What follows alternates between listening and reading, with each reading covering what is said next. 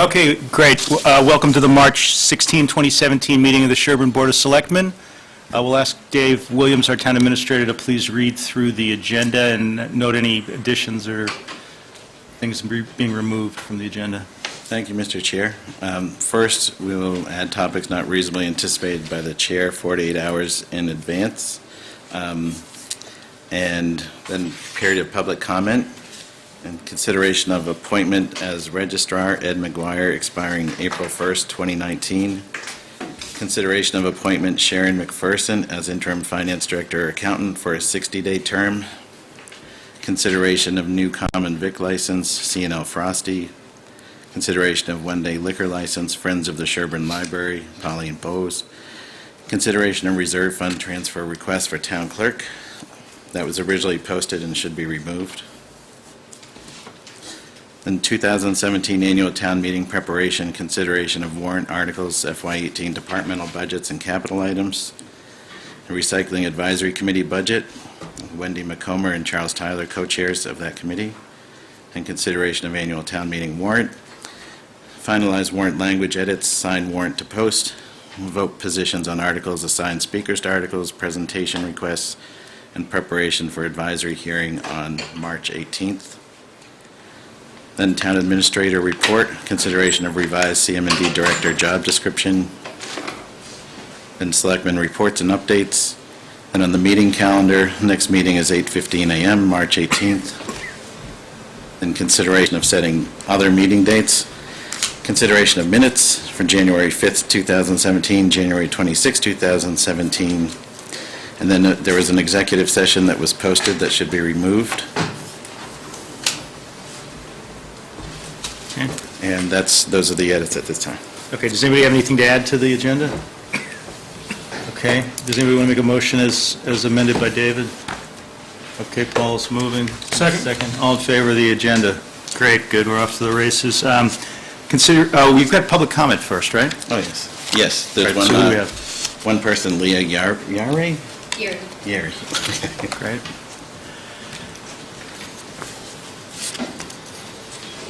Thank you.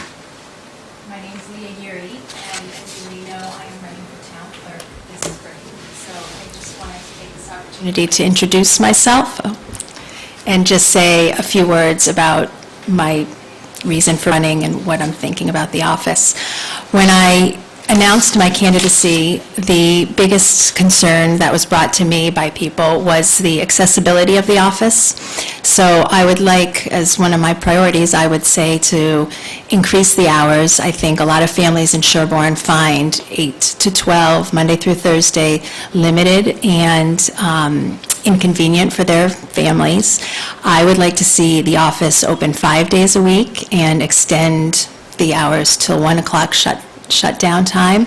I also would like to offer evening hours for families who can't get there during the day. I think that offers enough flexibility and accessibility to everyone and allows the clerk to better serve the public.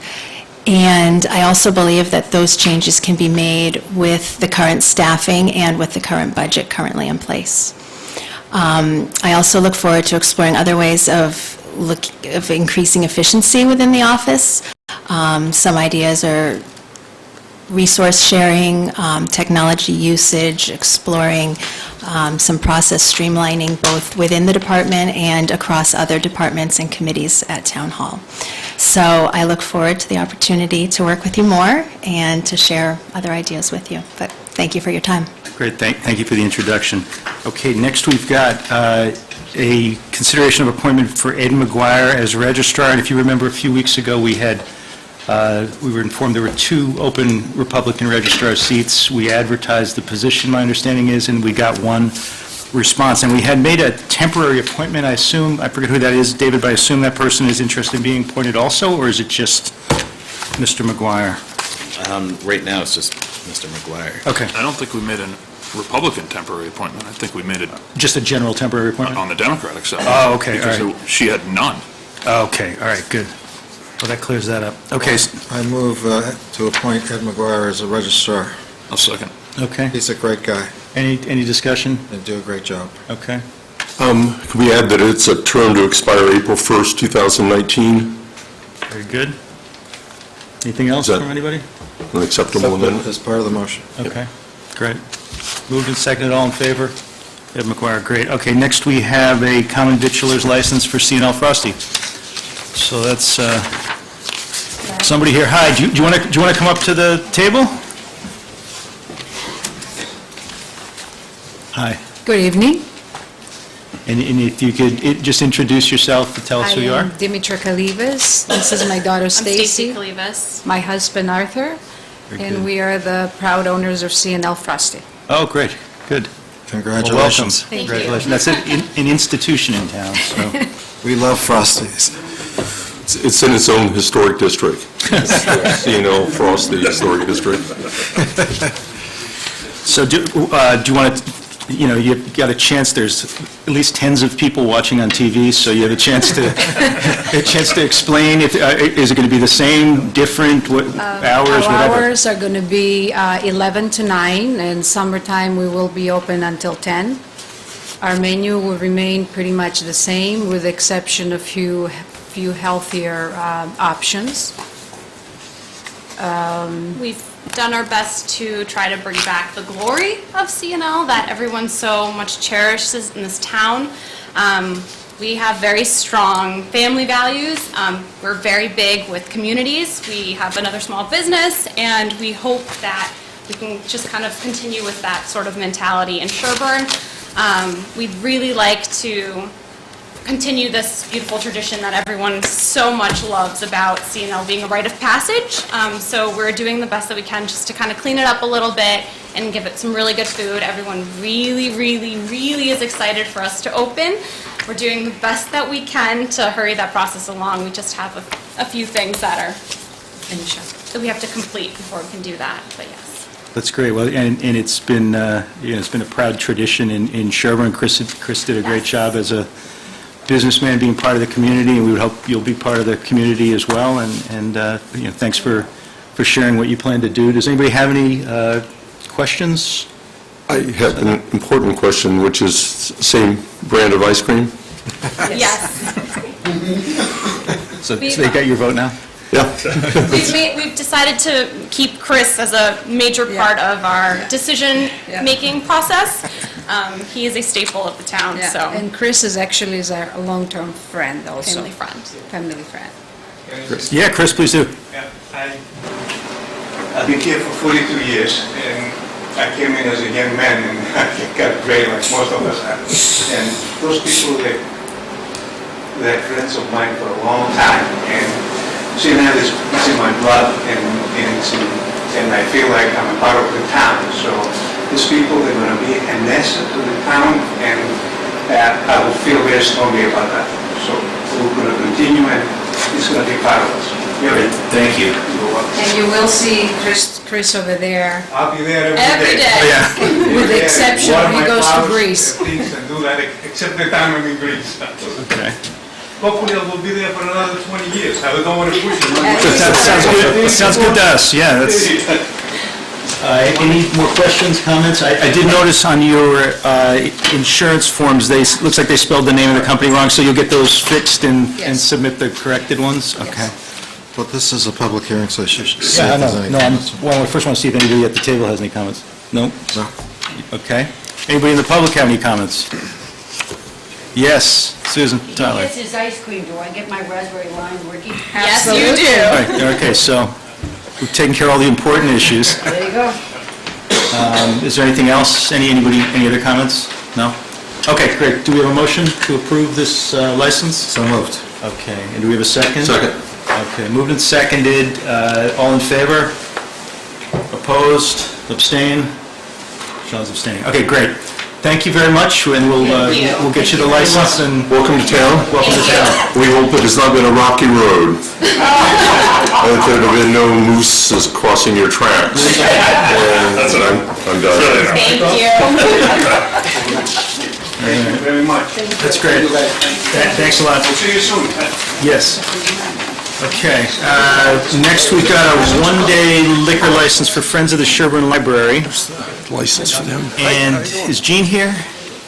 Gene, is that all in order, the Friends of the Library one? Yeah. All right, so I can either, if you want to wait a couple of minutes, I can... Oh, wait. All right, yeah, okay. I don't have an application in my packet. No, that's what I was asking her, if the application was in order. This one's all in order.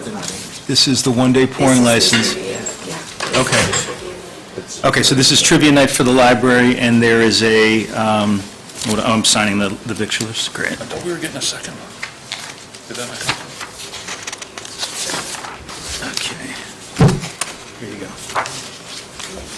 Yeah, so there's a one-day pouring license. It looks like it's gotten sign-offs from the different departments that are required. There's a traffic detail requirement. This is for 100 people, which is typically the cutoff for the traffic detail. And Gene says the insurance is all in order.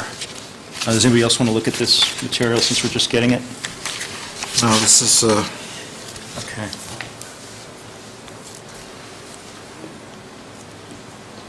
this is a fundraiser for the Sherborn Library. It's something we should support. Okay, great. So I would move approval, but I don't want to jump on anybody's... Well, we're going to waive the fee, right? Did you already mention that? I didn't, but that's good thought. Yeah, we're not going to charge the Friends, the Sherborn Library, the And fee. I think we've done that before. We've waived the fee. Okay, so Did they request it? they I'm did not. requesting it. I think Sean's made the motion, though. Okay. I just was under the impression that we were doing that for 501Cs.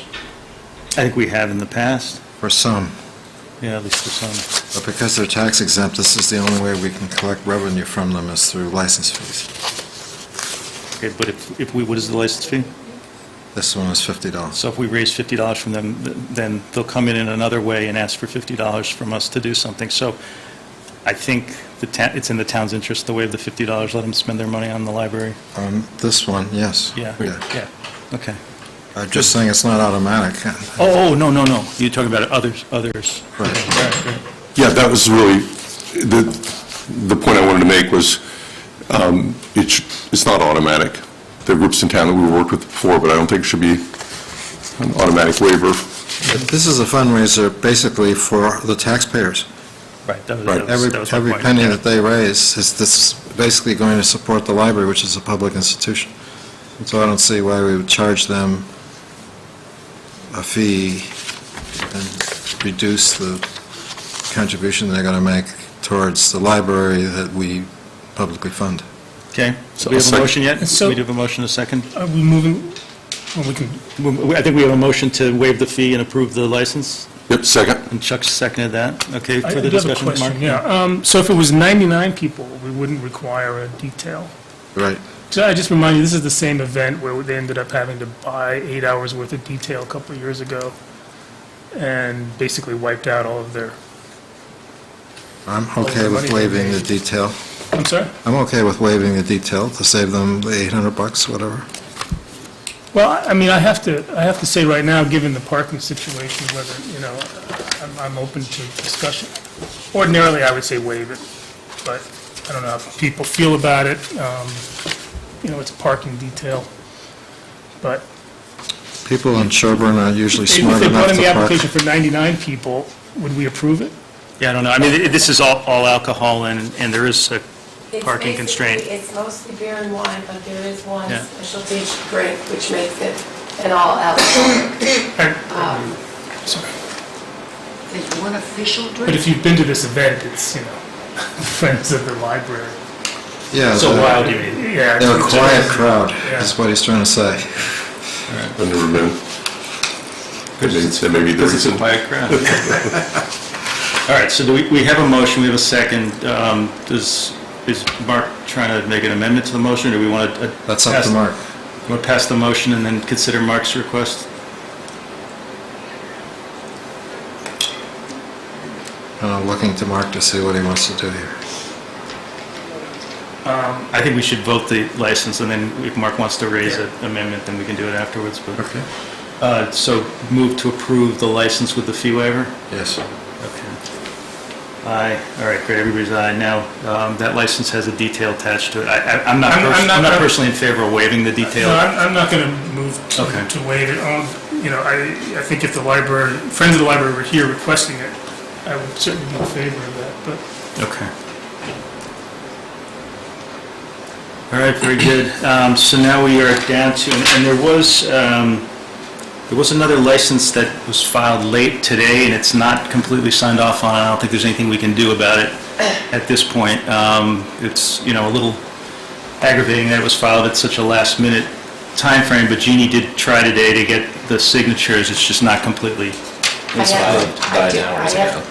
filed 9 hours ago, rather than 2 weeks, as we've repeatedly asked for. We have another meeting Saturday morning. So if everybody's on time, we might have time to deal with that on Saturday. It's a very pointed... I'm not looking at anybody. I have 2 out of the 3 signatures, and all the rest of the paperwork is in order. Okay. So I guess that we're at least open to adding that on Saturday morning. Okay. Now we've got a consideration of warrant articles. I guess the recycling committee budget is the next thing, David? So we're ready for that? Yes. Okay. Do you want to walk us through that? We were expecting them to come here. We got a little time. If Just a point of order, what happened to the town clerk's reserve? according to, that got pulled, Paul, but according to David, there was town council rendered I'm glad you're early. If the salaries voted at town meeting, can't have a reserve fund transfer, there's an email this afternoon. The salary of elected officials are done by town meeting once a year, so to change that salary, we'd have to go back to a special town meeting. So the town clerk was looking to... She was looking to do a increase her salary? reserve fund transfer request to pay for 4 additional hours for her each week. Let's see. So it's, And last year when we did that for the collector's office, that was not for the tax collector, it was for the employees in the office, if I remember correctly, so.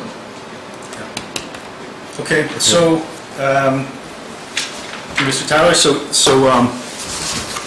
we're going to do the recycling committee budget? are we waiting for Wendy too? Yeah, we're waiting. Oh, we're waiting for Wendy? Okay, so... She was expecting it to be 6:40, so... No, we can wait 20 minutes, that's no problem at all. Thank you. Nope. So the next thing we can do is, I think we can start walking through the budget and the warrant articles. Yeah, so I passed out a new packet tonight. The first page is basically a summary of where we're at. So you can see the FY17 budget was 4.3 million. Advisory guideline was level funding and allowing for a 2% COLA.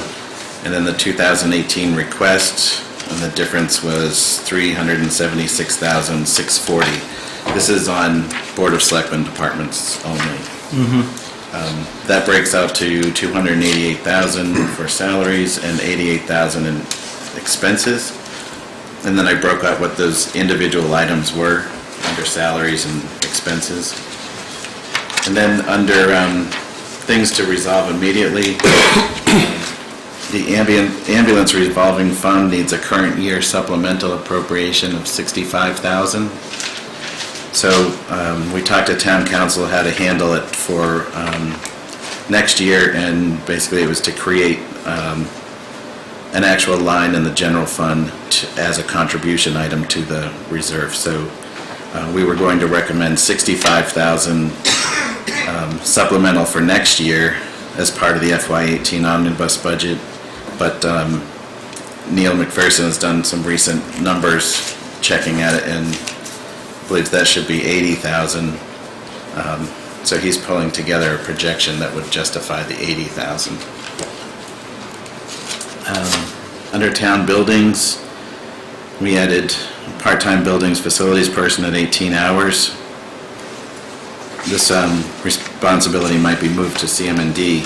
So I was recommending if it moves to CM&D, if you're moving, you can move the whole thing to CM&D, or you could move enough to fund 4 additional admin hours at CM&D, and then the rest laps to advisory. So if there's a need to go get the remaining funds, to go to advisory and get those, or just leave them in town buildings or CM&D budget. So, can we back up a second on this? So, I'm trying to understand what you're saying. If there's an 18-hour position added, which is part of our 10% increase, but if it's if it's moved into CM&D, you're saying that 18 hours goes to 4 additional administrative hours? No, what I was doing was, I didn't know if you guys wanted to move all 18 hours that were sitting in town buildings into CM&D because you're combining the positions of CM&D and town buildings facilities. You've moved the responsibility, but not the funding.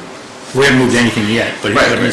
he's recommending. Right, so I mean, you can leave it in town buildings if you want to, and then transfer at some point, but what I was proposing here was so that the money doesn't go away, that 4 additional admin hours are added to the CM&D budget, and the remaining dollars go to advisory reserve fund, so that it's in some budget, and then if we need it, we go request it. I'm trying to figure out what we would need it for. Are we needing it for a salary within the CM&D department? Yes. Or would we ever need it for a salary within the town buildings department? Not if you're doing, no, not if you're, So why wouldn't we leave it in the CM&D rather than leaving it in town buildings? move the whole thing to, We may not vote to consolidate, as I say. Right, but by the time we get to that point, we'll also be able to move the money back if we didn't vote for it. I mean, if you're making a recommendation on what the budget should look like next year, and what you're saying is that responsibility should be within CM&D, shouldn't the funds for it also be within CM&D? yeah, but I don't know if you're adding 18 hours to a 40-hour position already in CM&D. So So we have a 58-hour position, is what you're saying? That doesn't quite work, okay. Yeah. So I was going to park the remaining funds somewhere so that it just doesn't go into CM&D salaries and get lost, and I was going to just add 4 additional admin hours for the next director. Or you just move the whole thing over. Do you know what the net effect of all that is? 36,000 total, so I would say the 4 additional hours, I hadn't calculated it out, that would be maybe 4,000, yeah, between $4,000 and $6,000. So that's between 4 and 6, and that brings it down to between 30 and 32? Yeah. Is that what you're saying? Okay.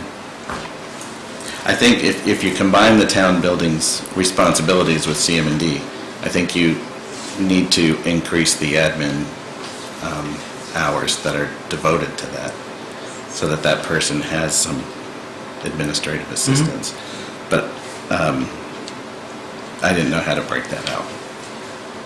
If you want to add the 4 hours and break it out of the 36,000 that was sitting in town buildings, leave Well, it in it town seems to me you don't buildings. want to add it to 36, right? You want to take it away from 36. In other words, I don't think Yes. that's the 4 hours plus the 18 hours. Right. No, I mean, if I understand this correctly, you're suggesting we transfer the responsibility for town and buildings maintenance into CM&D without adding the additional salary to CM&D. The idea being we'll find efficiencies there to be able to do the additional work. I don't know if But we'll... to add, but to indeed fund for additional hours of administrative work to support that. Is that correct? Yes, but I don't think it's an efficiency that, I wasn't talking about making up the dollars with efficiency. We just don't know what that is going to actually cost to get somebody that's doing both of those positions. I would say that it would be different from the existing salary. Yeah, you should. I thought you were going to pass over. I'm going to recuse myself. All right, so what have we decided on that? It ends up being $5,000 As the additional for the admin? admin. With the admin. So you want to park the 5,000 in CM&D and leave the rest of it in town buildings? Is that what you're recommending, Ted? You could do that. That was your recommendation? No? My recommendation was to lapse the amount back to advisory, and then you would have to come back to the selectmen and advisory to get a reserve fund transfer in the event that you need it to fund additional salaries at CM&D. Okay. Yeah, which I think makes sense. I think it does too. Because it'll give the new person a chance to figure out. Right, and we don't know what it's going to be, so I think that gives us and advisory the most flexibility. Well, it's trying to get the money into next year without it being in a budget. Does the town have to approve a new position to use that money, or is there already positions available? Once you approve the job description, it goes to Personnel Board, and then the Personnel Board has the authority to update Appendix A with the new position, and then at the next town meeting, it gets voted But that would be the As- following town meeting. as part of the Personnel So Board. there'd be a year, which is the year we're talking about for this budget, where that position wouldn't exist unless we had a special town meeting. No, it exists as soon as the Personnel Board amends the Appendix A according to Town Council. So it would exist provisionally until town meeting could approve it? We would, if you're combining it, well, the CM&D director position already exists. Understood. Yeah. But you're talking about combining some building responsibilities into that position, which are not part of the description now. But the title wouldn't change. It would still be, So it's just a change of description. yeah, we would just be changing the job description. So we edit the job description, Personnel Board approves the job description. It's already budgeted in the CM&D budget. Yes, So we can there's still nothing. use C&D, which nobody outside of Sherborn understands what it means, okay? No, you can, we can call it whatever we want. Excellent. And I don't know if you were looking to have CM&D director / facilities person built in there? It's a good time to Or- consider it. Or just, consider changing the name? Yes. It sends a message that we're Doing something going to do different. something different. The reason why that's a good idea is because the rest of the states, the rest of Massachusetts calls this department a DPW department. Or engineering or something like that. And so when we go out to advertise for a position, if we say we're looking for a DPW director, everybody knows what that is, and they know how to handle it, and they have experience. Other DPW directors know what it is. We go looking for a CM&D director, they don't know whether, is that a nursing position, is that a teaching Community position? development means planning. Community development is planning and fund, growing the economy. Yeah. Yes. And do those people also understand that town buildings is part of that, usually part of that job description? It is in other towns, but the problem with being the only town in the state with a CM&D group is that we may not get any applicants at all. Well, it's the way you would advertise. It would have to be community maintenance, CM&D director / town engineer, or public works director, or something like that. And then you'd have to explain it when you actually get your interview list. So our ads cost more because there's more words. Well, I mean, it'll just be the MMA website. Yeah. So what do we want to do? I don't think we can just change the name of the department. No, because I I'm think talking it's- about in terms of this money, Paul, just to... Well, I would go with the recommendation that's been made. I agree. We all said that, I think, All right. already. Okay, so it sounds like we've got a consensus around that. Should Yep. somebody... So we'd do a transfer. In the budget documents, we would go 5,000 into CM&D admin, For an admin, yeah. and then she increases her advisory 31. I think that's right. And that admin will be useful for buildings and facilities maintenance anyway. You found Yes. this year you have not been able to get that work done because you just don't have the bandwidth to do it. Mhm. And you're trying to get Diane to do it, and Diane doesn't have the bandwidth to do it. So, I think it's congruent with spending a lot more money on town buildings. yes. So somebody can call, Susan, do you mind calling Sean back in? Excuse me, sir, your presence is requested. Okay, It's a good thing you said call him back in, instead of just call him. Yeah, thanks. You're welcome. So,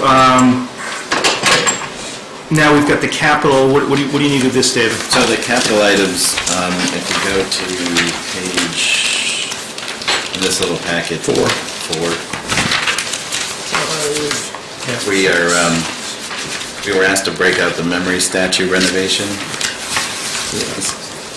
So, and add $5,000 to it. That was. Who asked us to do that? I talked to, I don't know who specifically, Mary, Peggy Novak, George Morrow. I can explain why, if you Vicki. like. Yeah, that'd be great. Yeah, so, I could. should I stay here or go? Yeah, there? sure, go.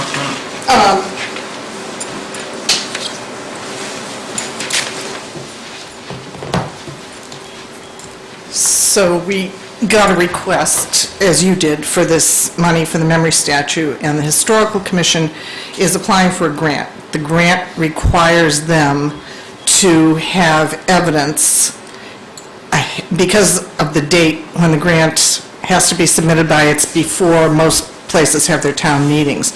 And they have to show proof that the town is giving a certain amount of support to the project as well.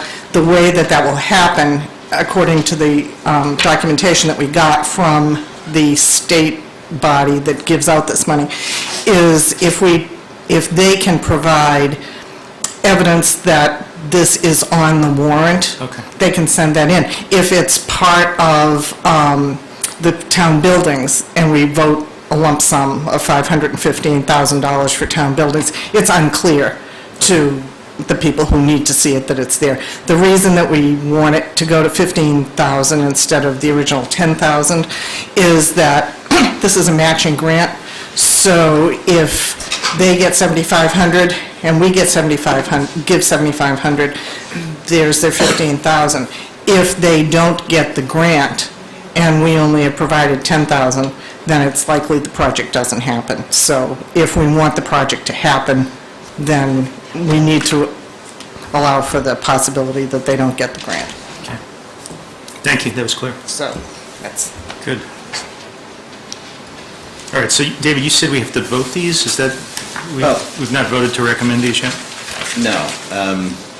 This is just town buildings in here. If you wanted to look at the whole capital list, you would look in the warrant. Understood. So the warrant has been updated to break out that line, Historical Commission, and it's on page 3 of the warrant. But the warrant hasn't issued yet. No. And we have advisory hearing on Saturday, so one of the items that needs to be done. That's further on the agenda. Yeah, that's on the agenda. That is on the agenda. It just says... Finalize warrant and sign warrant. But we'll get there, but I think David's had a request in here, and I'm not sure exactly why, but need to actually vote capital items, so. Well, it's just in the past, they've always liked to have the capital items voted. Yeah, so first. I'm happy to vote them if others want to vote on them. We can actually say that. I think we've really gone through the town building items in the past. So I move to support the town building capital request of $520,200. Second. All right, moved and seconded. Any discussion of this? The warrant number is 505,000, but you're including the... Including the 15 for the memory Okay, memory statute. statute, yeah. So it goes to 520,200. Okay.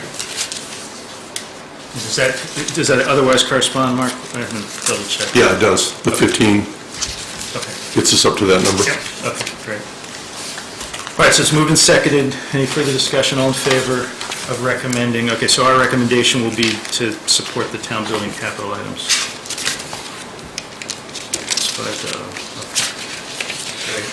So, we haven't voted all the other ones. No, we haven't, not yet. Nope.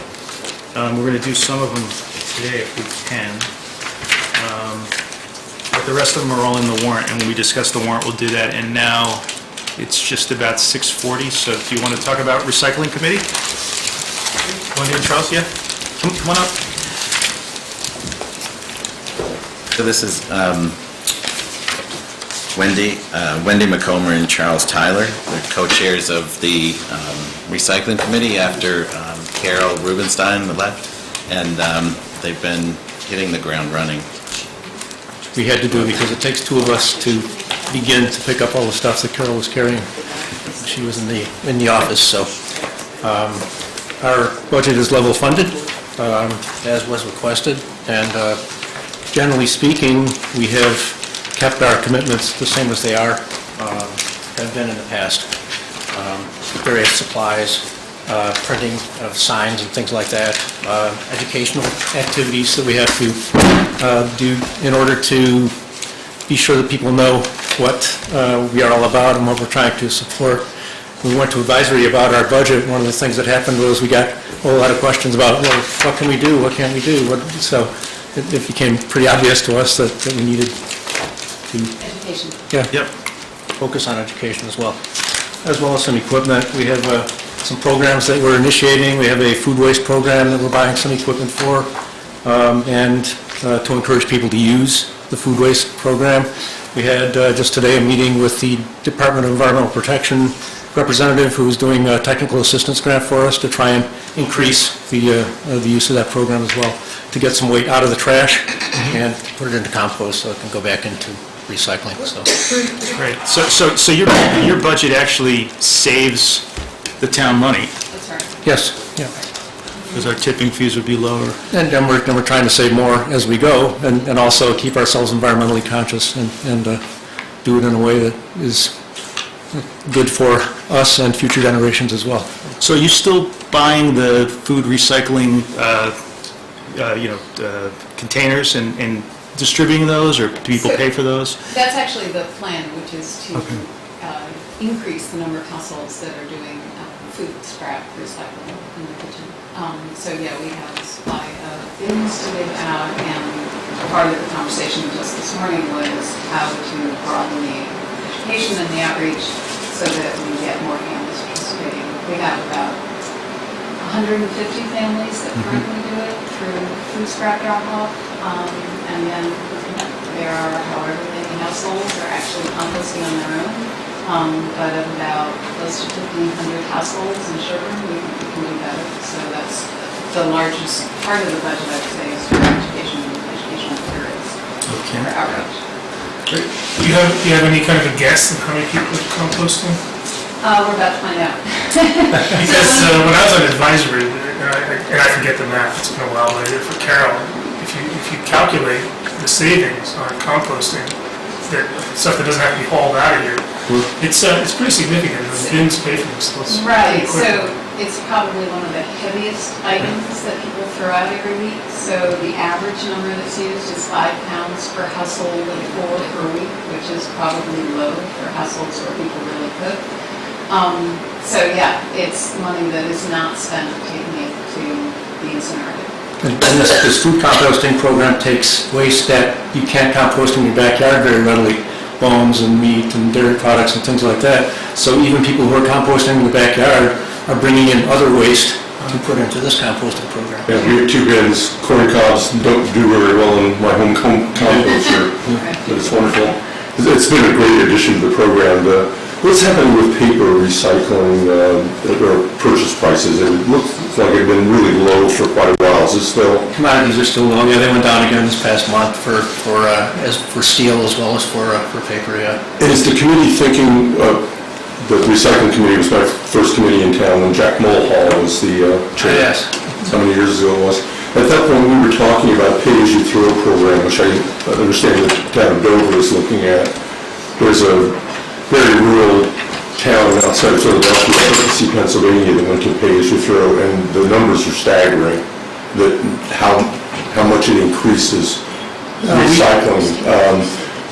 So Dover, I know, was talking about it. I don't know where they are with it. We had a study a couple of years ago. In fact, we had the state assisting us with the study. There was a state contractor. The state was studying. The state wanted us to go with pay-as-you-throw, and they were sent a contractor down to help us analyze what was going on. And it turned out they looked at the landfill, they looked at the pickups at the houses that are happening with Wayne and Father, and they determined that our recycling rate is so high already that going with pay-as-you-throw would not increase it enough to pay for going to the program. And the Selectmen talked about it a few years ago, and there was one citizen who was adamantly opposed to it and came in with a list of items against it, but one of them also was concerned with people not wanting to pay and just dumping stuff in the woods or other places. That's a risk. I mean, the fundamental principle that there's a cost associated with it, and that you pay for it will make you conscious of recycling, but that's good to know. Yeah, our recycling rate has actually gone up after we made that decision because of the practices that we continue to support and try to enforce. That's what I wanted to ask during all this discussion was, what is our current recycling rate? I think last month it was like 35%. Yeah, we've had it as high as 38. It depends. It's hard to look at it by month because things change when you have holidays. A lot more paper comes in, so the recycling rate goes up to some extent. In the summertime, that tends to fluctuate down, but we've been 32 to 36% for the entire year. That's really good compared us to other communities across the state. We're well ahead of most. Yes, yeah, that's what was determined when we did the pay-as-you-throw study, that it just would not pay us to do that changeover. So if you're asking about a question of how could you further reduce the tonnage that leaves the transfer station, I just learned this morning that in communities in California, composting by households is mandatory. And with that kind of idea, the rate has to go way down. We have a member of the committee who just moved here from California, and that was her first introduction to composting. Of course, to do that, you have to figure out a way to police everyone's garbage to be sure that they're not putting food waste into it, and people get sensitive when you start looking in their bags and things like that. So that would be a challenge. This town has a history of resisting mandates and There you go. requirements. I mean, it's a small community. And you get to the point where you're ripping open people's bags at the transfer station to do an inspection of garbage. Yes, we understand that has been problematic. Our predecessor did it herself, actually, but anyway. Oh. Yes. I guess what I was suggesting is that from She where did it. Sherborn is, to make it to a really much more widely acceptable level of composting to reduce tonnage, is going to require clearly more education and community-wide buy-in, which would, I agree, be preferable to enforcement. Yeah. Start with the kids if you haven't already. Get the elementary school and make their families do it, because that's what they listen to. Several years ago, we set up composting at Pine Hill, as you probably know, and that has continued. And so that is one of the things that we are looking at is can we put more education activities into Pine Hill to, I know that when kids go home and say that this is what they do at school, that it kind of does push the family towards doing more composting. But we'll have to figure out where things really are. There's an attitude adjustment that has to be done. At the transfer station, sometimes you see people throwing stuff in. Hey, you threw that bottle, yeah, get lost. People think you're going to save the world. There's that kind of attitude still abroad, and you kind of have to turn those heads a little bit to get these things to work. I was just looking at the Percy Recycling website, and their average is 39% over about last 10 years. I think you hit a high of 49, but 38% is right about very close to where we are, so that's impressive. Whose website? Percy, Pennsylvania, it's a very comparable to Sherborn. It's about 5,000 people, semi-rural, exurb of Pennsylvania, of Philadelphia. You said they've gone to pay-as-you-throw. Yeah, and I think 2008, 2009, they've been doing about not quite 10 years, so. Okay. Great, so do we want to take a vote on this budget? We want to just Move approval. discuss it, move approval, okay? Well, here's what, I know Marcus said, why don't we hold off on a lot of budgets so we see the whole thing, but this is level funded, and I don't see reducing it in any way. So if somebody comes in and is not looking for any more money, that ought to be encouraged. Then we got advisory hearing on Saturday, 2 days from now. So there ought to be some budgets that we should be able to get behind. I would second. Any discussion? All right, all in favor of this budget? Great, thank you very much. Thanks for all the hard work, too. Thank you. Good work. Okay, so what do we have next? I guess we're back to our warrant discussions, is that what it is? Yeah. Okay, David. Oh, I'm sorry. Are we working through the warrant, or are we? Yeah, let's work, working through this? well, David says the packet has changed the warrant a little, so the warrant in the back of the packet is the one to use. There's a checklist, an updated checklist and an updated warrant in this. Well, just on the capital projects, there was page 1 of 3. Do we need to vote anything on? The rest of them are just detail. Those were just detailed to the town buildings. Okay. It wasn't the, All right, so we can go through article by article, I guess. We're not going to have to make recommendations on all of them, I shouldn't think, but. Well, I was good with the marijuana ones. You did a nice job capturing some of it. Thank you. yeah, there's a lot in there. So Article 1, I don't think we need to worry about voting. Article 2, We haven't voted anything yet, have we, David? We voted Article 13 about the tax billing. That's right, okay, that's right. Well, with regard to Article 2, we have unpaid bills, and they appear to be valid.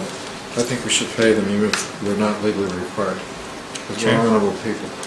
So I would move to support the payment of $6,743.44. Okay. Second? Seconded, all in favor? All right, great, 5-0. All right.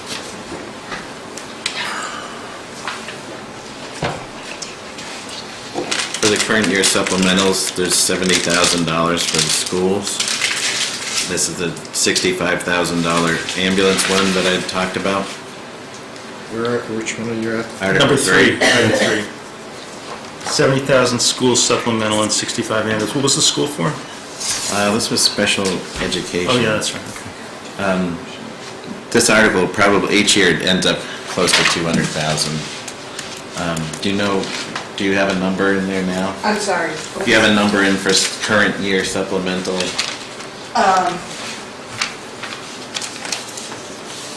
It's somewhere between 150 and 200. That one we could easily vote on, and Yeah, I think we should vote on it when we hear the advisory recommendation, we should Yeah. just vote on it then. All right, number 4 is the budget discussion.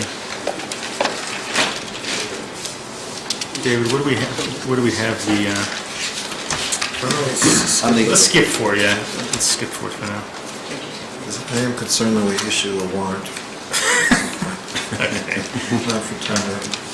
Well, we know everything's on here, so we're definitely going to issue the warrant tonight. We're just going through now and picking up votes, so we save a little time on Saturday, in case anybody's late to the meeting. We want to be able to get through everything we can. So number 5, and watch, I'll be the one who's late.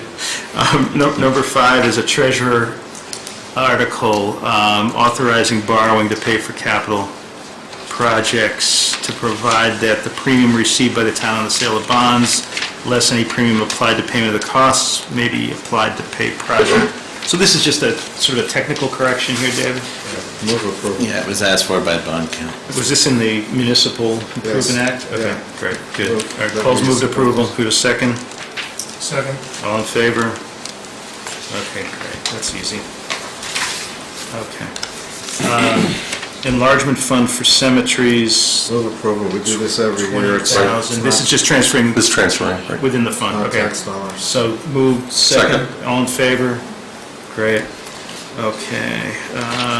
Revolving funds, authorizing and reauthorizing, this is another sort of routine one, isn't it? It is routine, but we've expanded it and put a lot more information in there, so it's going to look different from past years. Basically, we had to, you're supposed to cite what the departmental receipts are, and then in a separate section, put the spending limit. This is So- great. Because people keep looking at it, wondering how it covers. This is, it's not a lot of detail, but it's enough to know what the fees are that are affected by it. So I move that we support this article. With a second? Second. Okay, all in favor? Great, Well, okay. there is a problem with the way, the article, though. Just had us vote on it. Change the structure. Okay, what's wrong with it? In fact, there's a problem. You want articles to be generic so that they can be changed at town meeting? So this whole thing is basically the motion to be made under the article? You talking about section 2, Paul? No, I'm talking about the whole Article 7 should end after it says,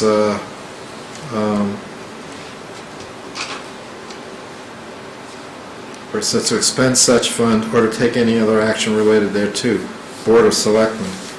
And everything from chapter 28 to the end should not be part of the article. That's all in the motion.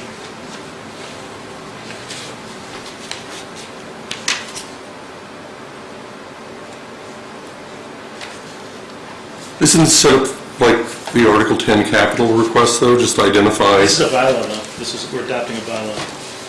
Oh, yeah, so the first half is adopting a bylaw, but what if we decide between now and town meeting that we want an additional revolving account for somebody? Then we're stuck with an article that doesn't provide for it. And you have to amend the bylaw. Yeah, it just gets very Gotcha. complicated. Okay, I see what you're point. saying. All right, so how would you rewrite this Article 7, Paul? Well, if you go to the end of the article where it says to take any other action related thereto, Board of Selectmen, Yeah. I would move that to follow right after the first paragraph. So it says, "And the ending authorized to spend such fund, comma, or to take any other action related thereto, Board of Selectmen." Okay. And the rest of this would be like we did with Article 7. Just list it there as something, it's basically a piece of information Yeah. Right. Good for us catch. to know about. I didn't get the edit. No. Here, I got it for you. I didn't either. Okay, the edit is, and I can do this, at the end of Article 7, right here, after the word fund, you add, or to take any other action related thereto, parentheses, Board of Selectmen, and the rest of it is out.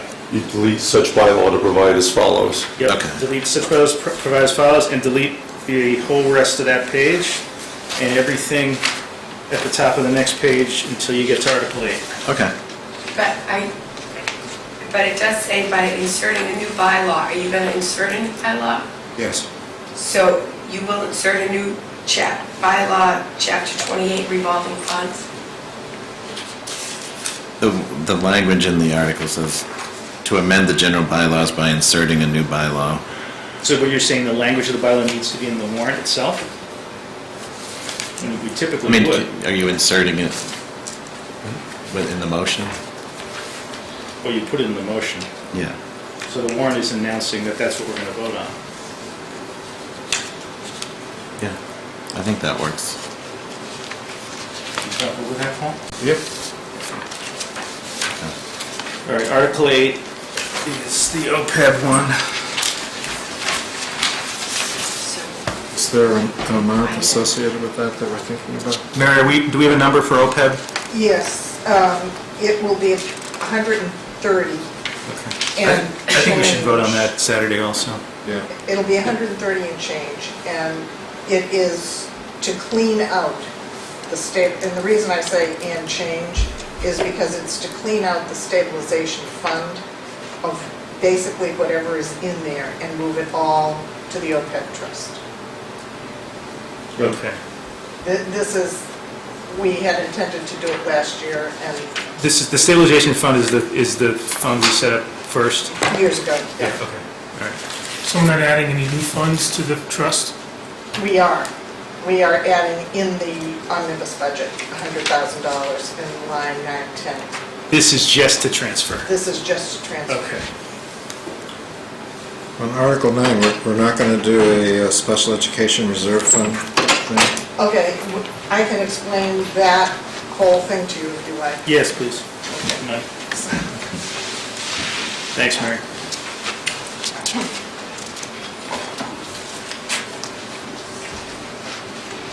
So we want to do a couple of things here. We need, the schools need an additional $70,000 this year to allow them to pay for an unexpected out-of-district placement. That money we are asking them to ask for as a supplemental, $70,000, and that's in the $70,000, that's in the supplemental list. Last year, we set up a sped stabilization fund and funded it with $100,000. Now, this $70,000 additional money that we need this year is going to have to be added to the budget next year, and our our OOD expenses for next year are going up by $300,000 more. So, what we decided the best thing to do will eventually be reimbursed for some of those funds, but certainly not all of them, and it's an unexpected growth there. So what we want to do is, for the FY18 budget, we want to supplement the Pine Hill budget by $100,000 by emptying the current sped stabilization fund. And then we want to reappropriate $100,000 to that fund in case something happens again next year. So we're dealing with this year through a reserve fund transfer, $70,000. Originally, they thought it was going to be 45, but in fact, it's turning out to be 70. Then, I thought that's the Article 3 transfer. I thought that was 65,000. no, it's 70. It's 70. Is that, it should say 70 on there. It's my handwritten note. Okay, it's 70. It says 70 on the latest. Yeah, so that's 70, we're looking for a reserve fund transfer for that. And then we'll empty the current stabilization fund as to support, we'll use it as an available fund to support the Pine Hill budget. We will need a vote to empty that stabilization fund. So we've been told by town council, I understand, that the way we will do it is we will put a hold on the Pine Hill budget line when it comes. We'll ask for the vote to release the $100,000, and then we'll apply that to the FY18 Pine Hill budget.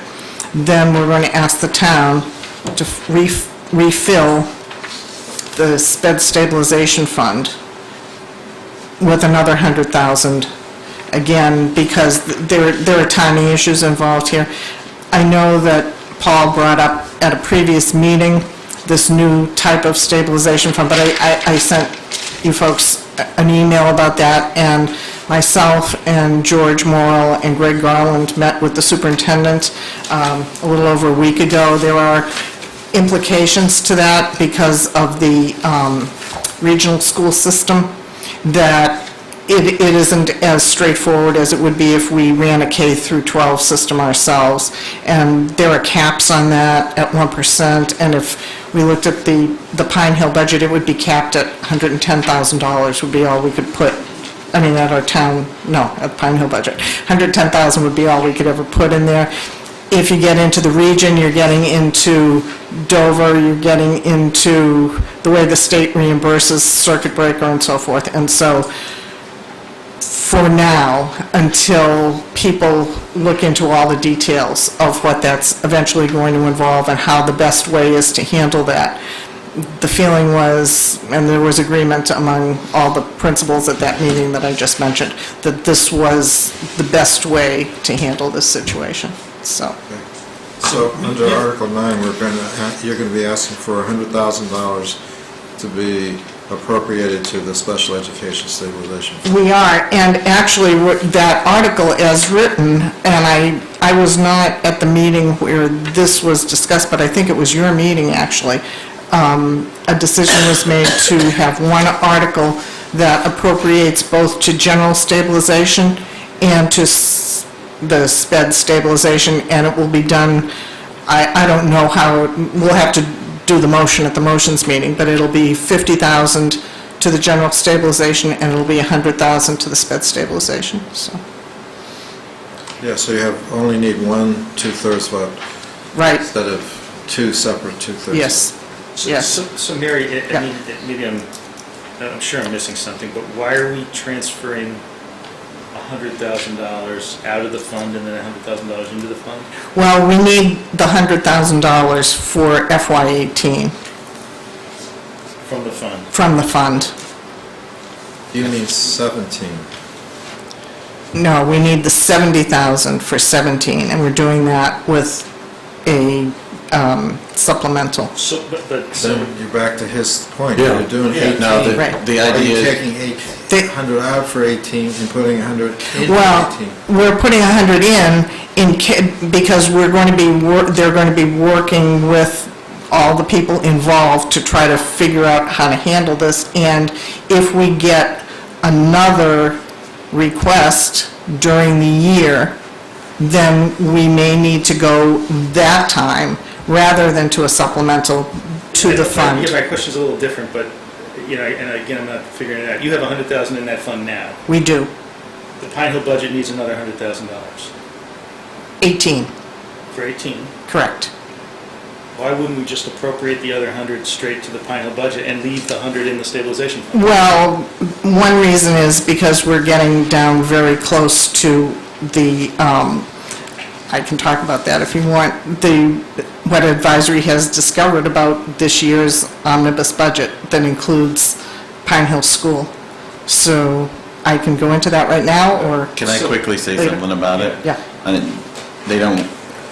They don't normally want to use free cash to fund operations, so that's where you get an expenditure out. So it's basically just a bookkeeping trick is all it is. It is. Basically. And does it make it look like our budget didn't go up as much as it really did? Yes and no, but I'm about to enlighten you. Sort of yes, yeah. Yeah. If you'd like to be enlightened, I'm Sure, happy to yeah, enlighten you. Yeah, I think so. So, as of last night, incorporating nothing that will happen additional this evening, we will meet the goal of having a non-override budget, but we will do that in two ways. Last year, we spent $278,000 of revenues for capital items and article funding. That is gone this year. All of that money available has been absorbed by departmental line item increases.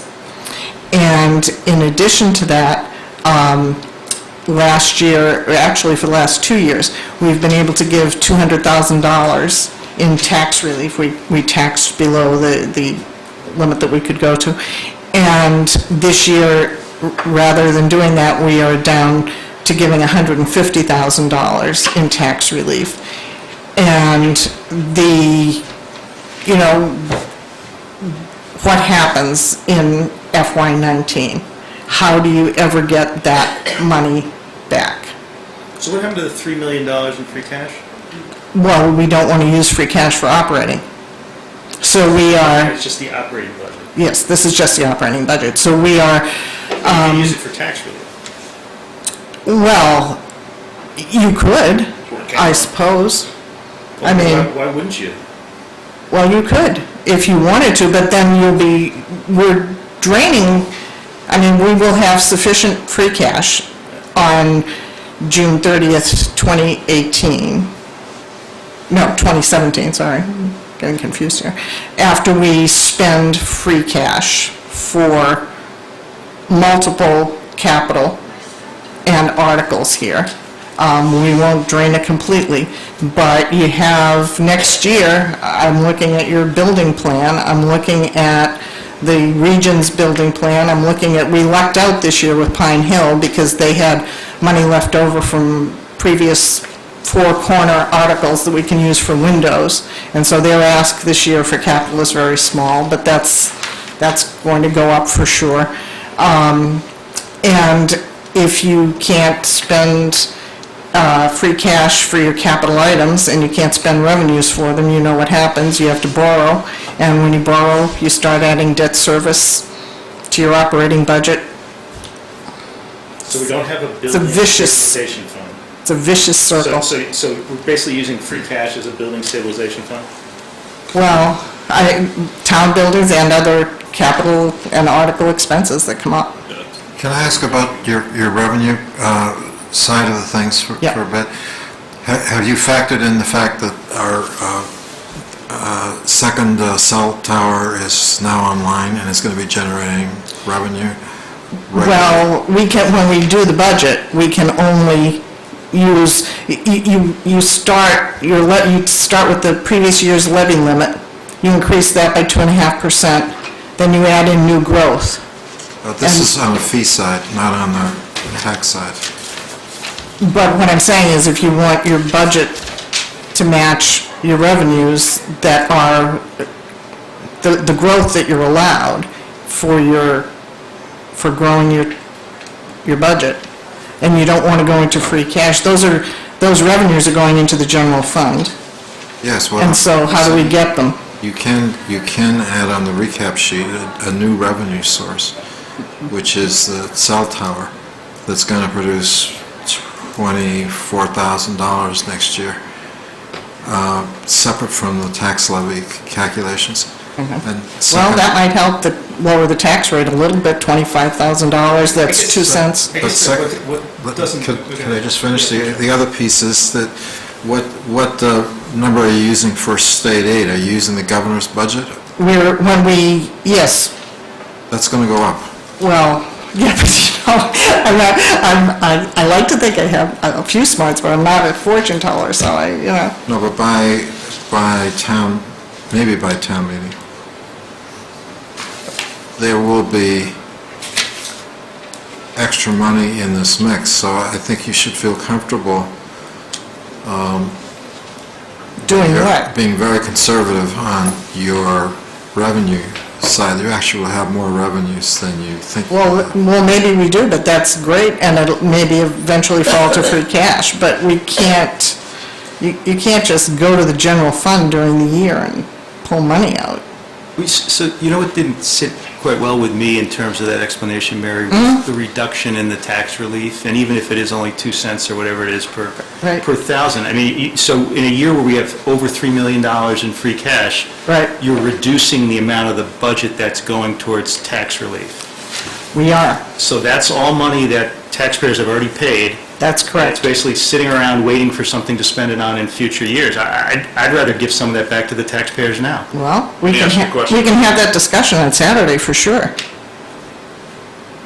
You mentioned Prop 2.5. Yep. The tax relief, does that go back on top of the Prop 2.5 levy limit or behind it for next year? It is money that it's money that we do not tax, that's available to be taxed that we do not tax. It's not an underride.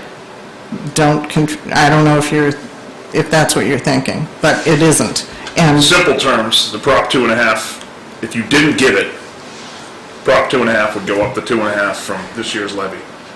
Do you then, say you put 100,000 in, From where? are you pushing that levy down 100,000? In other words, pushing the 2.5 curve back down?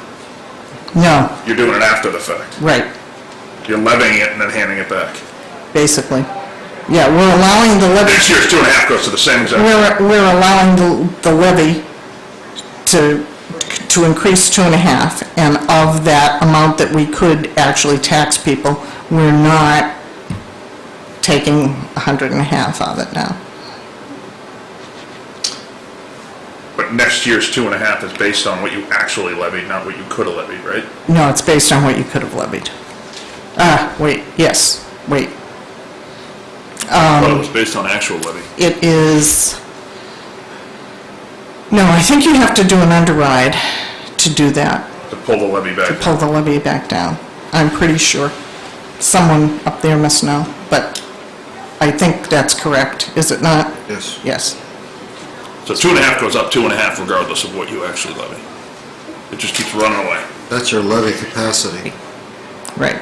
But year after year, if you stay at 1, 1, 1, 1, 1, all of a sudden you could jump up 7 in a year Yes, and not hit your 2.5 ceiling. yes. Okay, I misunderstood that. So, and you may not know this, but I mean, when I was on advisory, we came up with a range for free cash that we're trying to hit. 3 to 5, And I imagine 3 million is it high is, side or over that. it is. So, So- have you guys kicked around how much free cash you're going to put towards capital? Yes. We are, the current thinking, and, this is all open for discussion on Saturday, is that we will bond 4 of the capital articles and pay for all the rest of them with free cash. Okay. And those 4 would be the cemetery, assuming that, they all are approved. The cemetery, the roads, the library, and, what's the other big, town buildings. So that's a $1.5 million debt exclusion. Yeah, That's a pretty good tax increase right there. yeah, Actually, close to almost 1.6. Of free cash that's going to be used? yeah. So what? No, that's not. The- That's a bond. That's what they're gonna bond. That's what we're gonna bond, sorry. That's what we're going to buy. Now, also, the thinking on advisory in general, this is sort of a philosophical position, is that we prefer to bond those items that have a very long life, so that people who are using them are the ones who are paying them. And for those that have a shorter life, Doesn't work in the cemetery. That works well. But my concern, I agree with that philosophically, but my concern is bottom line. We're increasing everybody's taxes we are. by this 1.5 million debt service yearly, and the 150,000 being set aside to reduce the tax rate is just going to be slightly more, I think, than what the debt service is going to be. So it's going to wash itself out. There will be no benefit to the taxpayers then of the Well, the debt service changes over time also. But it's going to go up. It'll be It should, worse. should go down, because you pay, it'll increase the first year, and then as you pay it off, it's less, right? It is, but by the time we bond these things, the rates are going to be higher. Well, that's another issue. When do we go to bond? I'm just really surprised that you couldn't figure out a way to get more tax relief with that much free cash. Well, I mean, it wasn't that we couldn't figure it out. It was more that, looking forward at what we've seen people are going to be asking for going forward. If you spend it all this year, and next year comes, and you don't have it anymore to spend, and you don't have, we've already wiped out the revenues as a source of capital and articles. So that's kind of gone. I mean, maybe you'll find a way to get it back, but not obvious. Then you would bond next year. I mean, there's, And right now, it looks like, assuming the vote on Saturday is Right. these 4 items are bonded, it's 1.555 million, and you're talking about paying about 650,000 out of free Yes, cash. 642. Pardon me? Yeah. Yeah. Capital requests other than the town buildings, really, and the cemetery are pretty low this year, overall.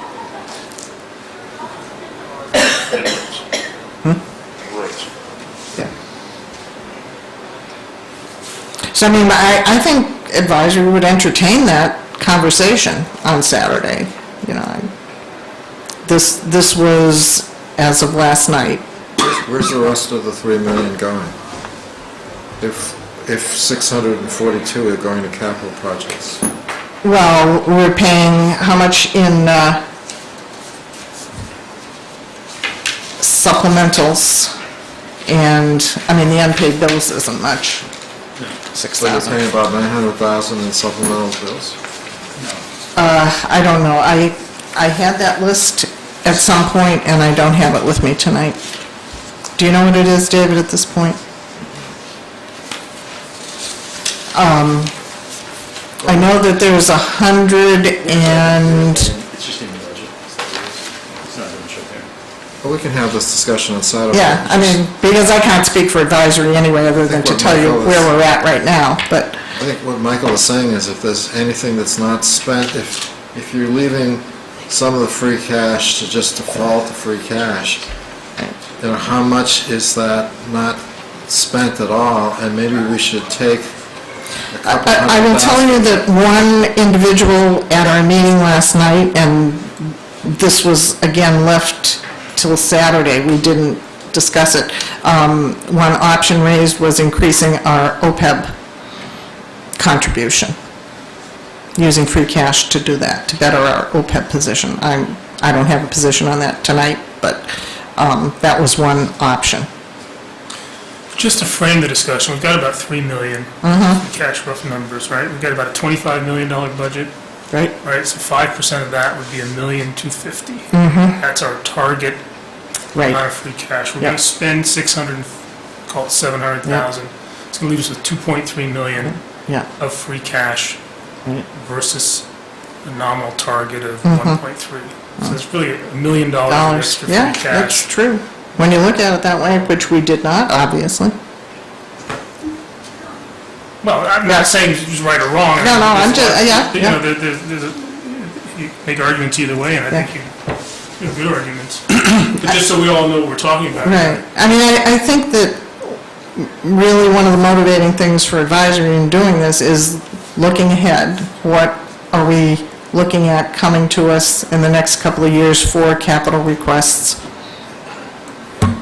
And do we want to spend it all? No, I don't think we want to spend it all. I'm not sure we even want to spend it down below 5.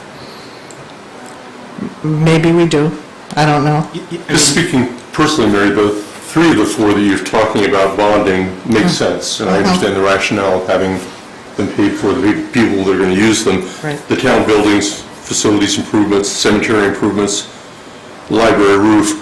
Right. The road improvement is a much shorter period of time. That is... Well, I guess, That one although may make sense to use some of the free cash to fund. possibly, I mean, I think the reason that the roads were included there was that the idea is that you fund these roads and fix them so that they last for 10 years or 20, you know, whatever it is, so... The problem is they last for 20 years, but they really only last for 10 years. We just don't fix them after. Right, well, that's what I'm saying, but even 10 years, you know, I mean, the 10-year life is, that makes a cap, I don't know, you know, I mean, Like it's... 10 versus 20, Right. 25, yeah. And so that was, I think that was the thinking, that if we put this money in, spread it out, yeah.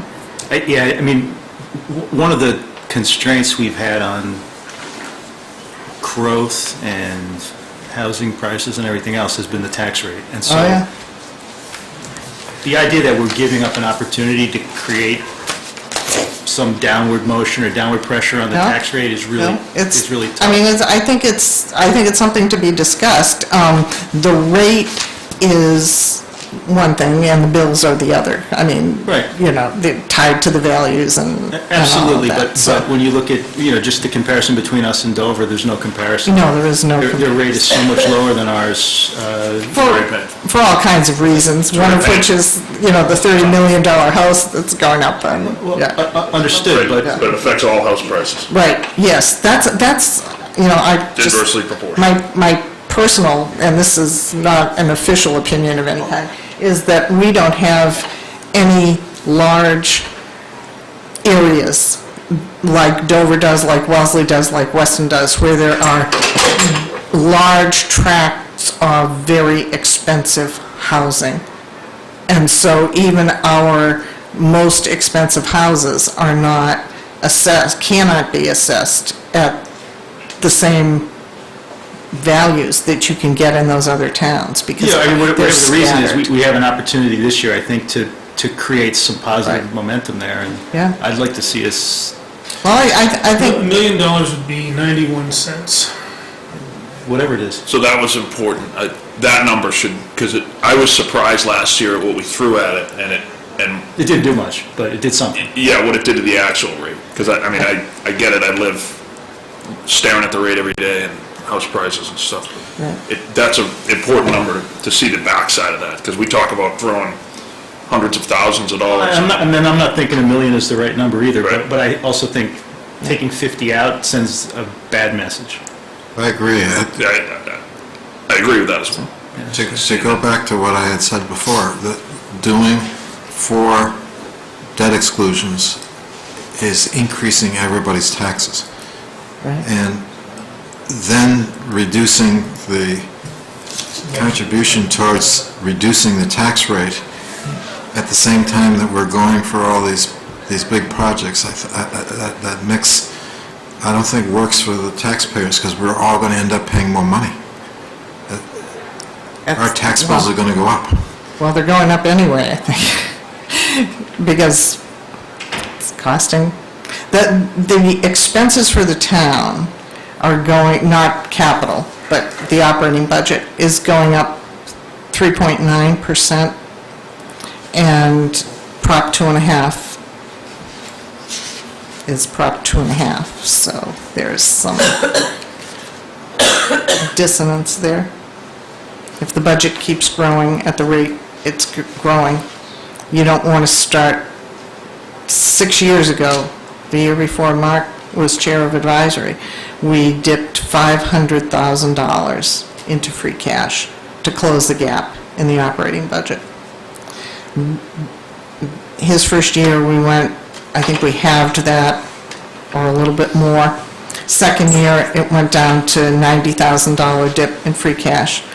The next year, we went to no dip in free cash. The next year, we went to no dip in free cash and $200,000 in tax relief. Last year, we went to no dip into free cash, $200,000 in tax relief, and $278,000 in revenues, paying for capital and articles. Here we are. But that reflects the improvement of the economy. I think it was entirely appropriate in the middle of a very bad recession to try and stabilize the town by using the available funds that we had. But as the economy has improved, it is a good practice to move away from that towards where we're at. And I commend everybody for doing that. But I would also say that trying to, if you didn't use free cash in the middle of a recession, your alternative, one of your alternatives would be to increase everybody's taxes in the middle of a recession, which is, I think, exactly the wrong thing to do. So it was better to, when you what's that expression? The necessity is the mother of invention. So you had to do what you had to do back in 2008, 2009. You had to do what you had to do. Now we don't have to do that. Things are better. Revenues have improved, values have improved, economies have improved. I'm not sure values have improved, to be honest with you. I think that's not accurate for this town. Surrounding towns, I think they have. I think they have. Someone just told me this. I haven't seen the article myself, but in Boston Magazine, best places to live and so forth. Oh, I can read it to you. Okay, well, there you go. Sherborn, our 10-year values are down 10%. Dover's values are up 13%, and Medfield is up 18%. Well, I would argue So I don't that think that's a function of the fact that our tax rate is so high. And then I would argue that presenting the voters with a $1.5 million debt exclusion, asking everybody to increase their taxes even more, is not going to help the property values. Well, I mean, But think about it another way is, I mean, rates are still low, and you know, and paying for these things out of free cash, which makes sense, but giving significant tax relief gets you action now. It really starts to change the dynamics. So what would you... You saying borrow more and tax relief more at the same time? Yeah, I think that's exactly right. Yeah, the time to do infrastructure and repairs is when rates are low and people are looking for work. Both of those are... So spend, borrow, and give back. No, we'll talk about spending in a minute. I know. See if I can catch you on that one. But, you know, I think it's an opportunity. I mean, Mike's right. So you would say stay with the 1.5 million of debt exclusions, but to increase the tax relief, maybe even beyond the 200,000. At least to match the full loaded debt payments that will come out of the borrowing. maybe? Yeah, Yeah. I mean, I think advisory, we have been looking at this as, this is what we have seen success with doing over the last 6 years. And we don't want to start throwing free cash at the operating budget, because that goes nowhere good. So, our focus has been, if we can keep giving the same relief that we've been giving and maybe give a little more over time, but not from, it never occurred to me, I'll tell you the truth, to take it out of free cash to give tax relief. When we saw that, we saw the results of the old way of using that article, which was to take free cash to put it to the operating budget in order to prevent the tax rate from going up. And that's how we're seeing it. I can't swear to this because I'm only one of 9, but I think it would be quite likely that an advisory would want to entertain that So we conversation. got your vote? No spoilers. No spoilers. But I think, we're happy to have that conversation. Okay. Thanks, Mary. I make no promises, though.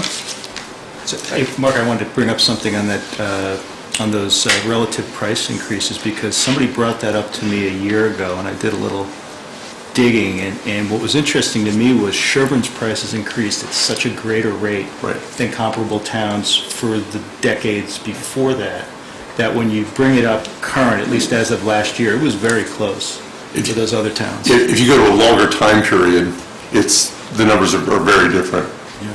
Although some of them, Which still doesn't make you feel that great now, but... No, I'd love to see what's it's right here, right now, that And the hurts. person who's buying a house is looking at this That's exactly now. right. That's exactly right. I'm not discounting the importance of that, but I I'm just saying it's not as believe dire from the standpoint of comparing us to surrounding towns over the long term as it looks in that book.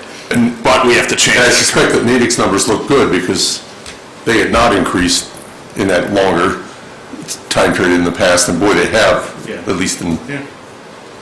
my sense is the Natick I market mean, I is think we going to all be on. recognize we're a small community. It's not an efficient market, so it's, It doesn't take much to averages skew only it. tell a certain story, but that's the story that's out there, and you combine that with our tax rate, and it's not a good story. No. And we also see, and I don't know if this is true around, but you do see a fair number of houses in town where people have just stopped upkeeping them too, which is not a great story either. And that could suggest tax pressure also, probably among other things. Well, in terms of this list of capital projects, we're going through the warrant, and we were up to like 8 and 9 We're up to 10 now, yeah, that's what and it says. 10. So at 10, maybe the philosophy we had 2 weeks ago, which was, hey, we got this free cash, let's get a lot of projects done. Maybe what we're hearing is that we got a little too enthusiastic about that, and maybe we should cut back some of these projects to the extent that we can. I'm not sure that's what you're hearing. I didn't hear that. One thing I would like... I don't think that's advisory's position, that capital articles should be cut from here. I don't know I don't know if you got that impression from what I just said, but that was not my intent. He might have got it up here. Yes, so I've got a question, and maybe Susan can address that since you're here, but this cemetery commission request is astronomically higher than what I understood the estimate was last year for this work, and maybe I just misunderstood it. But can you explain how we got to this number? Certainly, and I don't know that there was a number presented last year. I don't think there was a hard number presented. I think it was just a description. Yeah, she should come up with it. Yeah, could you come up? You can't hear me? No. We can, we're not sure that the TV audience can. Thanks, Susan. Oh, public comments. No? Okay. I don't know that there was a price even given as an estimate as to what the project would be that we're talking about this year. Last year, it was all about, we were looking for the money for the engineering, Right. so we could find out what we needed to do to fix the problems. And so we did the process. I don't know if you all got the handout that we did up for, I don't think we've heard anything about this, honestly. No, I didn't. oh, Thought that was for Saturday. yeah, no, it's the Oh, same. you're saving stuff for us to read later? Thanks. Well, I I'll wasn't send it supposed to all have it out. in the I'll first send place, it all but she out gave to- it to me, so I... I can All right. send it all out to everybody tonight. Okay, that'd be great, thank you. And also, and what the handout will show is that there's quite a few constraints for doing any of the drainage work. So you can break it down into drainage, paving, reconstruction of what we have for paving, and then paving of the new section. And so it's, yeah. There's Okay. quite a bit, because of the amount of the soils, we have 3 separate areas with drainage issues. Stormwater management, we can't deposit the water someplace else. It has to be within our property. And when you figure we've got over 2,600 people up there, you're kind of limited as to what kind of drainage you can do, where you can direct it to. And so there's quite a few, there's going to be 2 stilling basins up there, which are just depressions that will be created so the water can go, settle out. Then there's 2 other areas where there'll be Cultec infiltration systems, which is basically a big leach pit in the soil. And then we have to do 2 areas to that, and then piping and, so yeah. How much of that is the paving in the new area? The paving in the new area, I believe off the top, is just over 83,000. So that really isn't that, most of it is going to all the drainage issues. Oh, it's every little bit Yeah. helps. All right, So I will send out that, that'd be great, thank you. sorry, I got a little No, that's- waylaid myself. That's and- okay, no, But we've already presented it to Capital Advisory, they all have yep, the handout and stuff. okay, great, thank you. Thanks.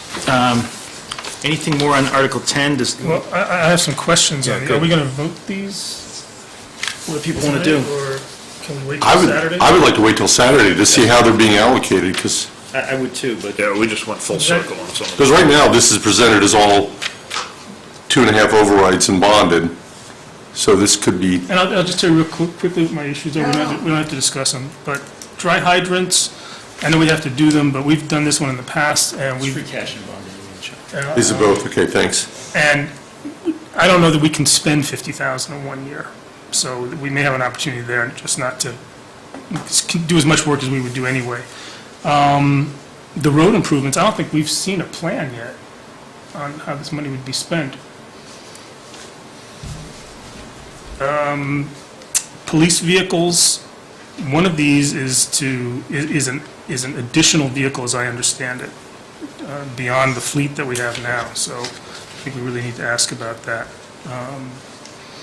And then Didn't the cemetery was my other one. But didn't the town center water committee withdraw its article? for Yes, that's a good- 100,000? Basically, we left it on there as a kind of, We're going to have it as a discussion point, but it's not really an article that people expect to spend money on. Does So advisory that- know that? Okay. So that lowers that free cash spend, that's both of those, by the way. right, takes 140 off. 140 out So that gets us the, down to about 500,000 on the 500, free right. cash spend. Why is there confusion about the police vehicles? I thought it was well understood that we do 1, then 2, then 1, then 2, then 1, then 2. It's, I mean, that's the way we've always done it sometimes, and it's a methodology that, I mean, has been around forever, and it ought to be done on mileage and when these things are due. And one of them isn't even in existence that we're replacing. It's an additional vehicle, Okay. so. Does anybody know what the total is of this column of numbers? With or without the 140?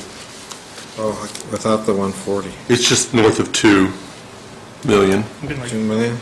221, something like that. So I've it's got it about as- 2,150 or something like I that. got it as 2,050, but 2,050, okay. Could be. Mary's better with numbers than I am. That way. Um, I haven't added the numbers. So more I on, thought he was more being on so 10 or moderate. So we're not going to take any position on any of Not, these? well, not until, we've already voted the town building ones, and the police ones, actually. right? Didn't we vote those previously? And didn't we vote the Historic Commission? Yeah, we voted Historic Commission. To reinforce what Mark's saying, my cars are lasting a lot longer than they used to. I don't know, I know that they're hard miles on the police cars, but the way we've done it in the past, I don't know if it needs to be done at the same frequency, so I'd like to look at it not based on custom and what we've done, but what needs to be replaced, so.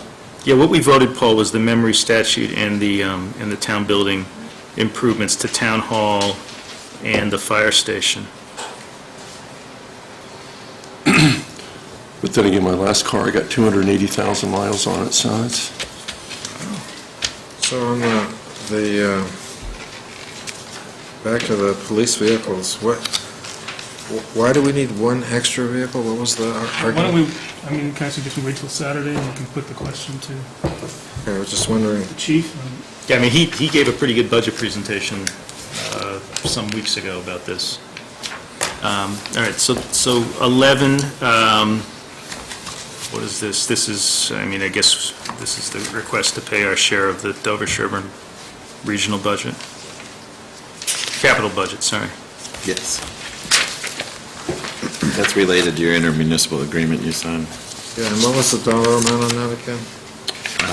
158,000? That will be another free cash. Yeah. So it's about 150,000, you said, Dana? Yeah. Save it. Just got it. Okay, are we going to vote that one now, or wait? I support it. I move Somebody make a approval. motion? Move approval. We have a second? Second, all in favor? Okay, so that's good. All right, what's the next one? Use of free cash. Use of free cash. No, we're not voting that one. So 13, we already voted a few weeks ago. That was the quarterly tax payment proposal. Yeah. And David, do you remember what the vote was on that? I think it was 4-1, if I'm not mistaken. I didn't mark it on this sheet. On which? The quarterly tax payments, I believe it was 4-1. yes, it was. Okay, all right, thanks. In favor or against? In favor. Land Acquisition Commission revised, That was the membership. yeah, this was to fix the fact that we had people on that committee who were no longer with the boards that had appointed them. Right. And to give more flexibility in replacing them. Right. Okay, I'd so, move approval. okay, do we have a second on that? Second. All right, moved and seconded, all in favor? All right, okay. One question, David, where it says limited to value for open space protection, parens, as intended in 1995, what is that from?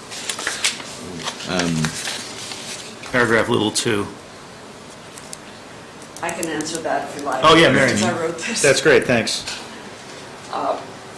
That is just a note to acknowledge that this was exactly the charge of the committee when it was formed initially back in 1995.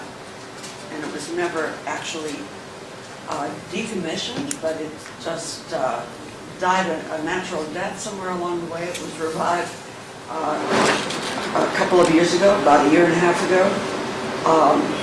Well, here's where I wonder, That parentheses. could be taken out. Yeah, I mean, I would suggest it should be. You're doing a new master plan. That Yeah. master plan, this committee should be working in conjunction with your plan, not the 1995 plan.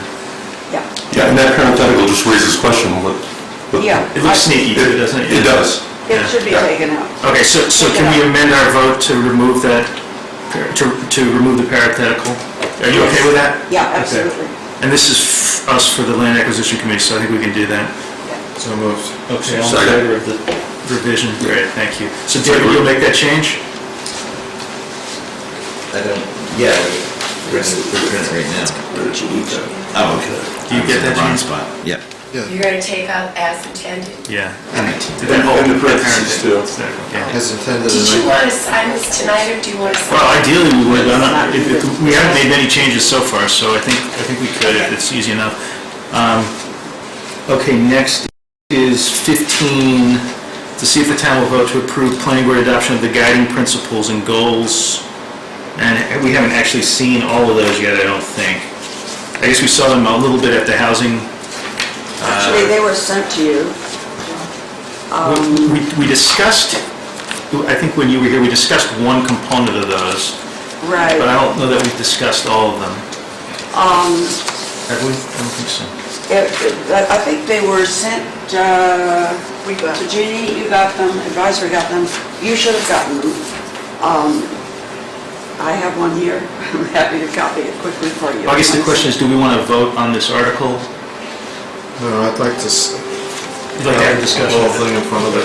Why don't we wait Okay. till Saturday? Yeah. There's conversation. Okay, all right.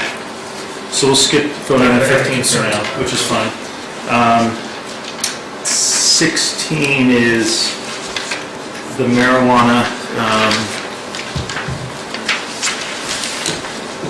Well, I support all three. marijuana chapter. A1, A2, A3. Yeah. Did we not vote this, or we did?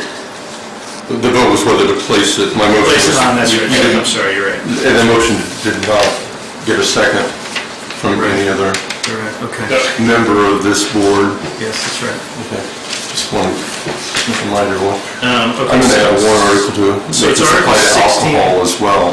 Article 16, there's three components to this, and we've discussed these considerably. Do we want to take a vote on the article? Do we want to take a vote on each piece of the article separately? Well, I support all three, so I'd be happy to move to support all three, but I'm afraid I'll have no second feeling what happened to Chuck a week ago. Yeah, I would ask them to vote on them separately because there's one article I can support, the other two I don't. Okay. All right, so do we have a motion on A1? All right, do we have a second on A1?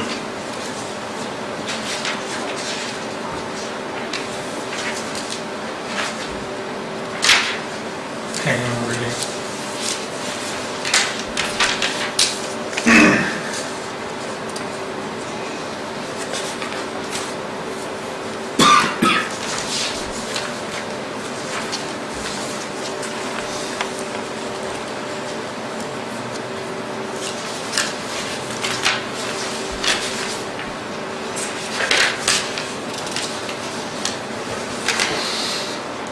I'll second it.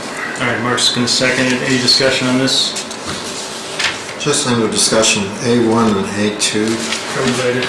are related. One's a zoning bylaw, one's a general bylaw.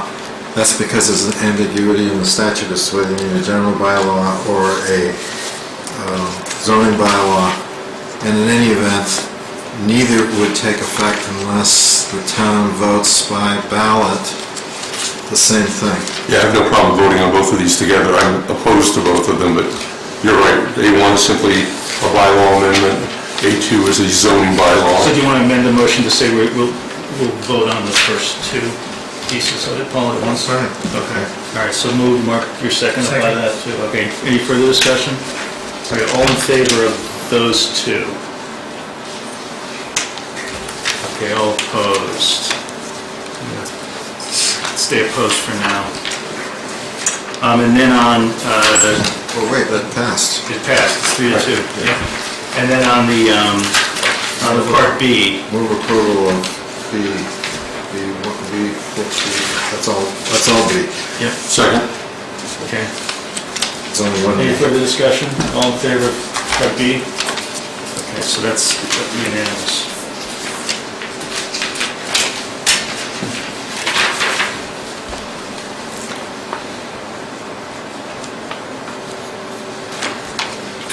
Can you repeat the A1 and A2 votes? 3-2. That was 3-2. John will yell against. And then 5-0. It's actually 3.5 to 1.5.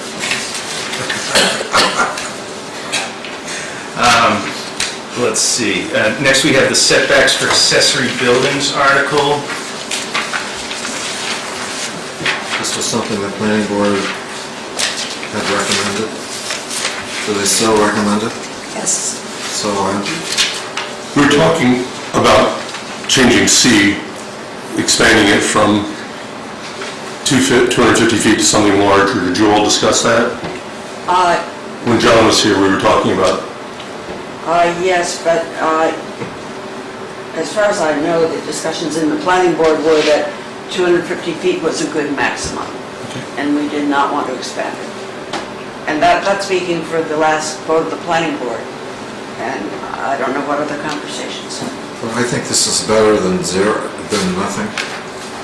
So even though I agree that more square footage would be, Do we define structure to include a fence in our bylaw? If it's over 6 feet. So this would say you'd have to have, I mean, it probably, that means now you'd have to have a full setback for a fence. This would mean you have to have a half setback for a fence? No, this is specific for sheds.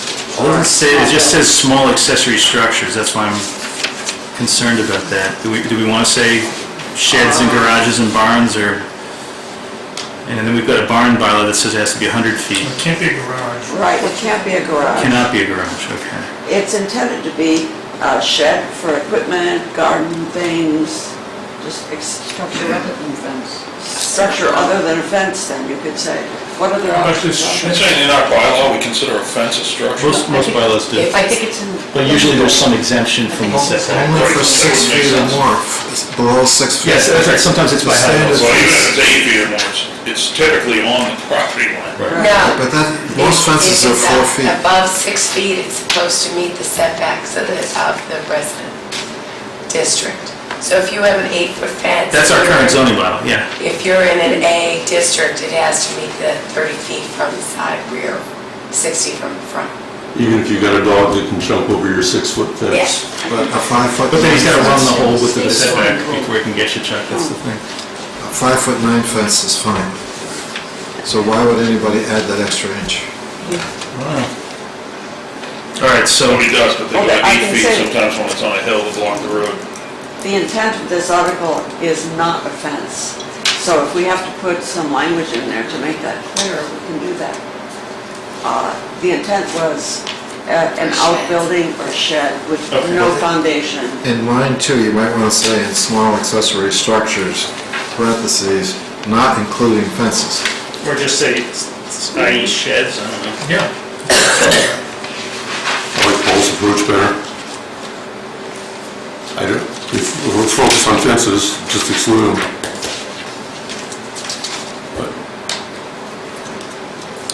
So, are you saying that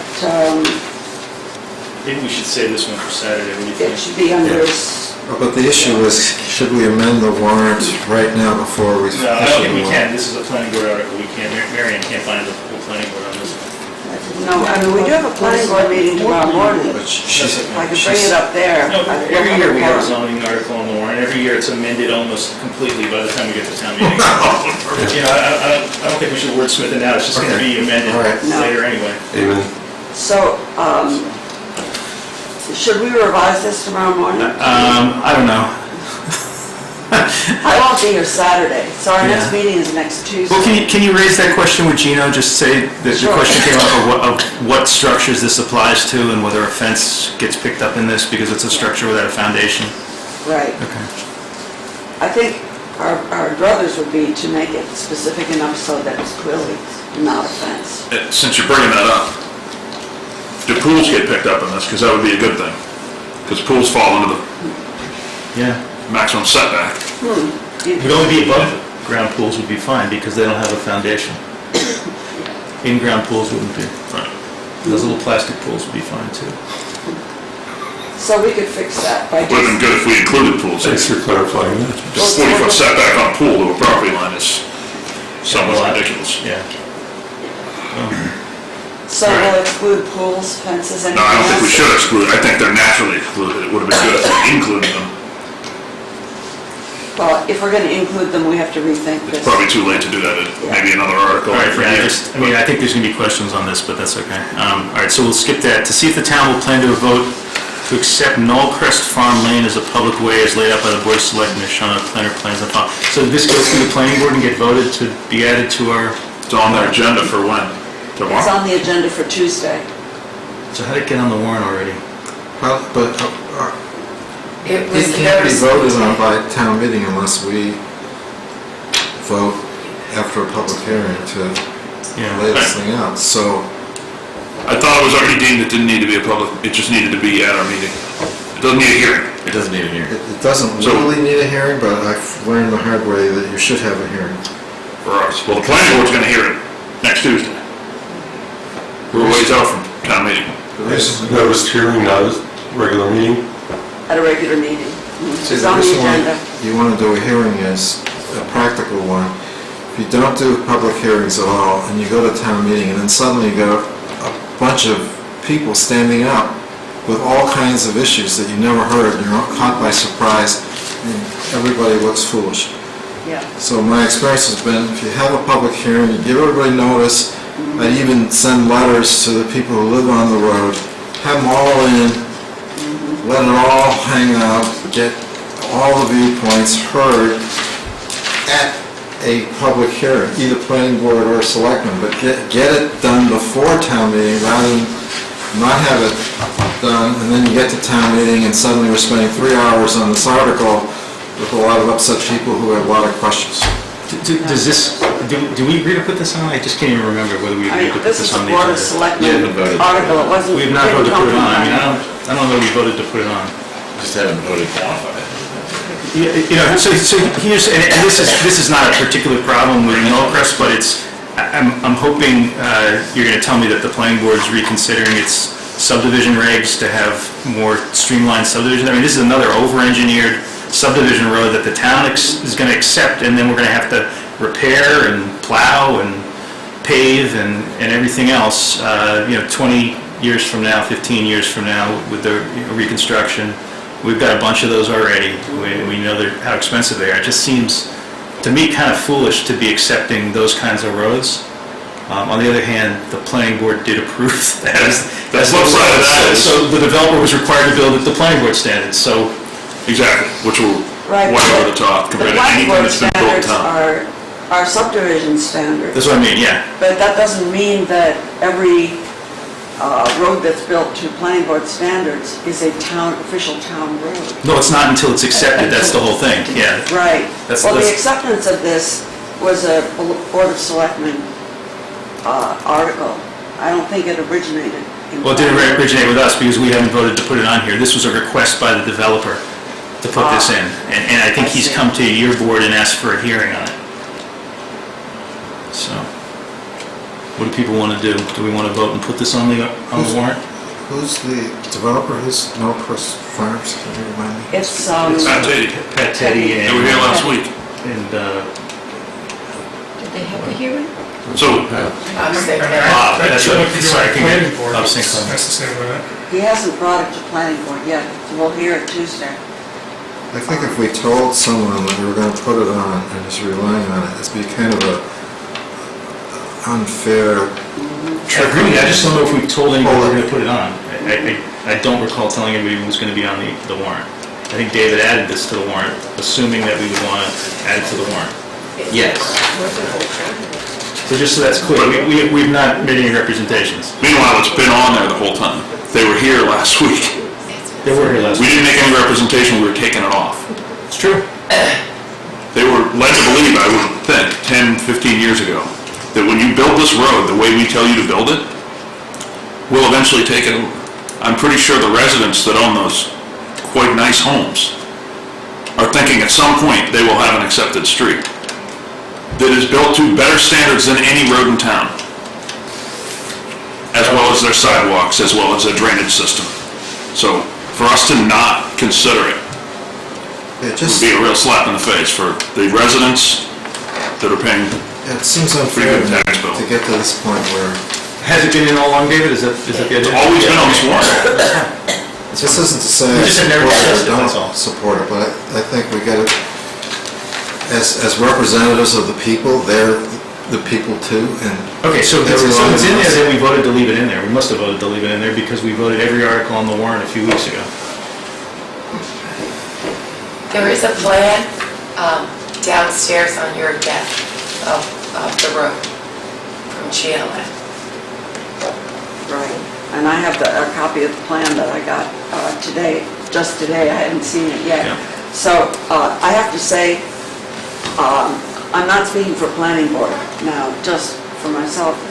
that if there are reservations about, by the Board of Selectmen about the precedent being set here, making a subdivision road, a town road, I understand why you might decide that we really need to do it at this point because of the history and everything that's happened up to now, but we'd like to hear it. The planning board is going to have a hearing as to whether the road looks like a proper road that could be a town road. Right. And it does. But the bigger issue is something that we weren't planning to address. But you have to give a report. The process is the planning board gives a report. So at some point, you're going to have to vote, yes or no. And after you do that, we have our meeting, which I hope would be a public hearing. We have all the neighbors in the planning board, and then we have a discussion. Can I interrupt you, Paul? At that point, Would Saturday serve as that hearing? no. That was to be a planning board, an actual planning board hearing. Our understanding at planning board was that this hearing was exactly that, to decide whether this road fulfills the requirement of a public road in town. But that's a technical question. Right, there's a bigger policy issue. Right. But that's our issue, that's why there's... Right, so we'll bat it to you. Its piece, which is the planning piece.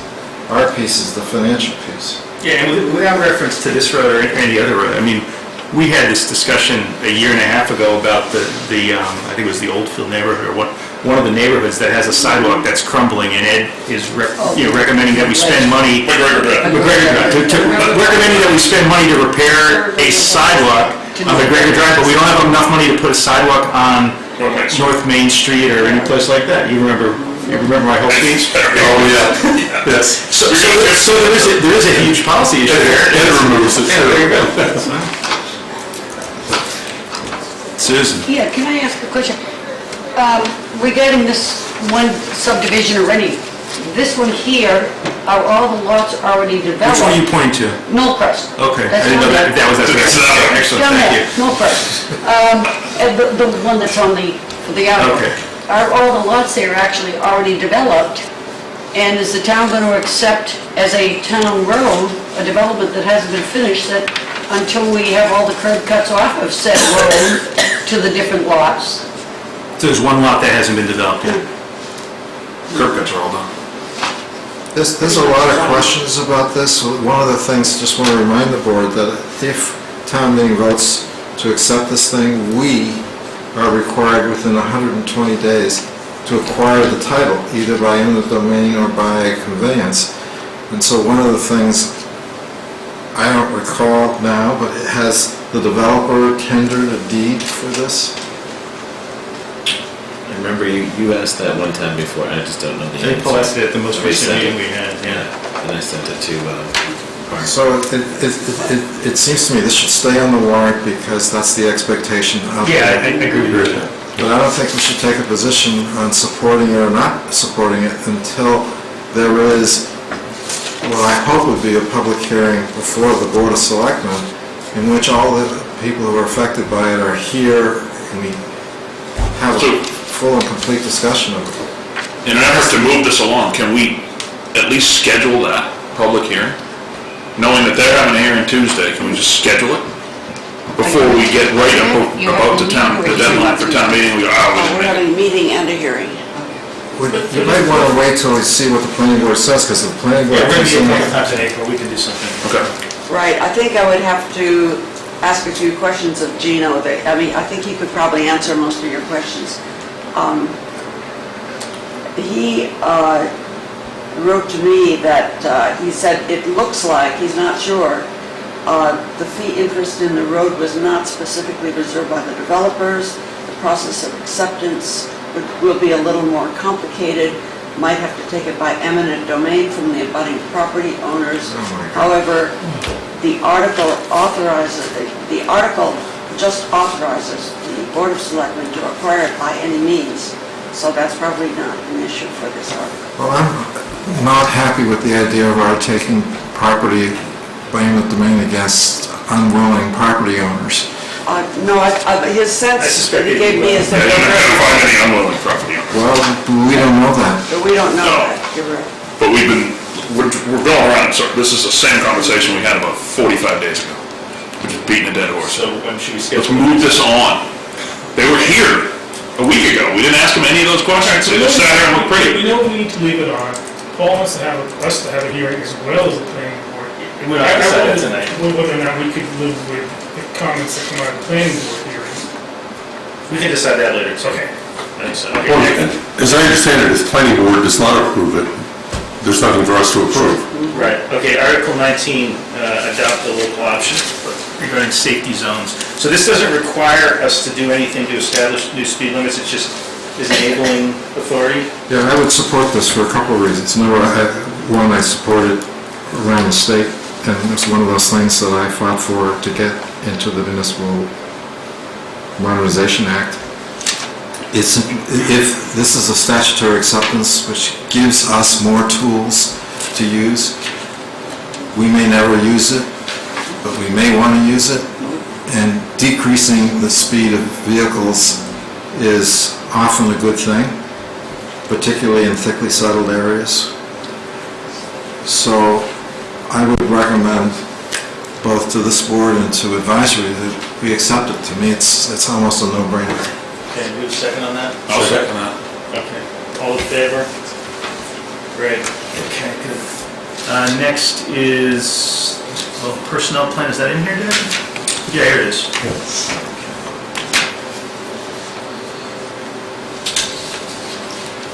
What are we being asked to do here? Oh, we don't have that plan yet, right? No, I think I had emailed 1 week before a red line version, but I can print these out. David, from the standpoint of colored. Saturday, is somebody from the personnel board going to come and actually explain what's in that plan? I emailed To Fred advisory? tonight. He was supposed to be putting together a memo to go to advisory. So is that it done explained and what- accepted by the personnel board yet? Personnel board has already accepted it pending Scribner's corrections. Okay.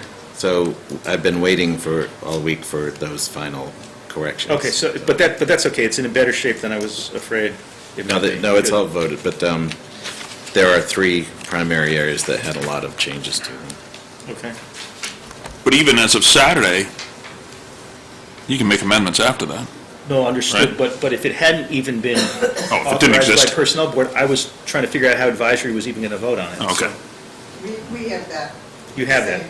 So in other words, it's in good shape, good enough shape for you to review, good. And you think we have an email, the red line version of it? It was in a packet before, but this hasn't changed What's the since date on that? Before March 5th? Yeah, you said it. Mike, you asked for the red line version. Yeah, I know, I just didn't know if it had changed since then, Sean, that's all. I didn't know what had happened since then. Okay. So do we want to, what do we want to do? I don't think you can. Can't really vote it right now, right? Yeah, okay. So number 21, tax collector article. So this is one, remind me again, have we had a full presentation on this? No. I don't think we have. I think we've maybe had some private discussions with the proponent. Mary, did this get presented to your group? Yes. Okay, all right. Saturday? I'd say let's hold until Saturday. I'd like to see a presentation on this before I vote on it. I still don't, I'm not quite sure I understand it. And then Article 22 is a citizen's petition. Do we have the, is this the text of the citizen's petition? That's it? That's it. That's it. Saturday? Well, I guess we can take this vote. Okay, so do we have a motion on this one? I would say I'll let's, move to not support it. I would say to defer to Saturday for a couple of reasons. Number one, I've heard that they're working on some language to actually say more about this. Number two, I haven't seen the language that they're talking about. Number three, it is a citizen petition, so the standards on that are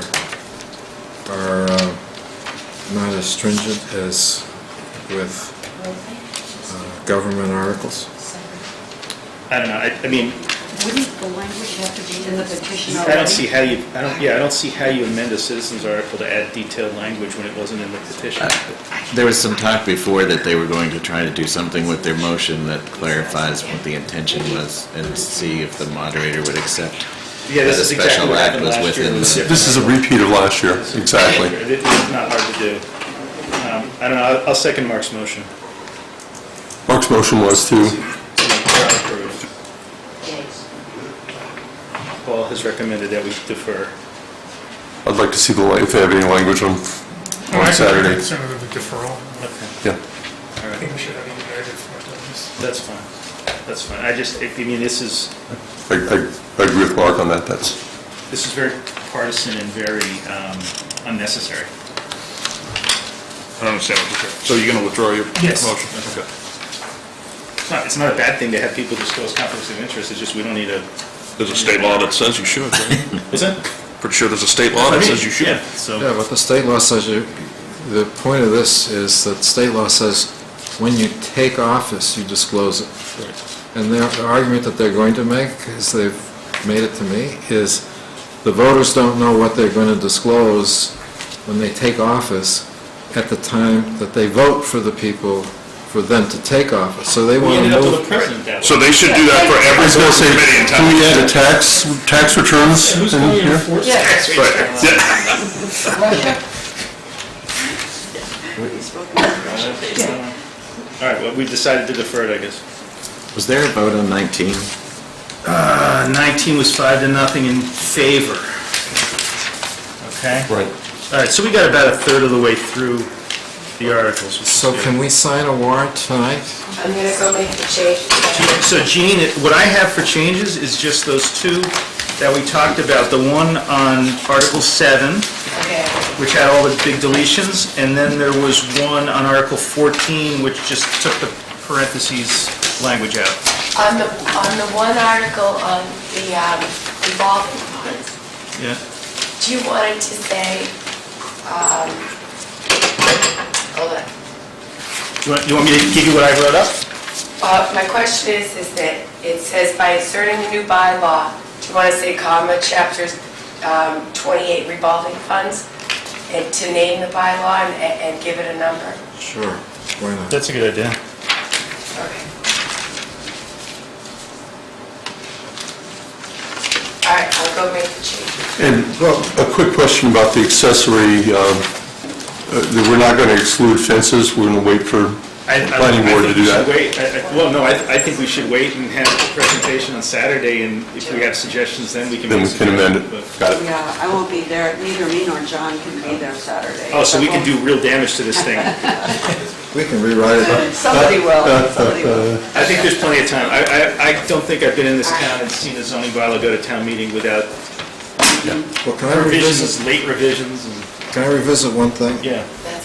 Those two, the $140,000 of capital projects on the list that was withdrawn by the proponent that you wanted on the list, for the final list that actually gets sent to all the voters, why include that? It's already a $2 million bottom line. It's not going to go forward. Yeah. Can't we delete it? So we would have just no discussion? The rationale was to have a discussion of something that's going to be coming up next year and the year after. But I think Well, advisory's going to vote, recommend not to adopt that. Sorry, which article are you talking about? The downtown water. Town center water. Right.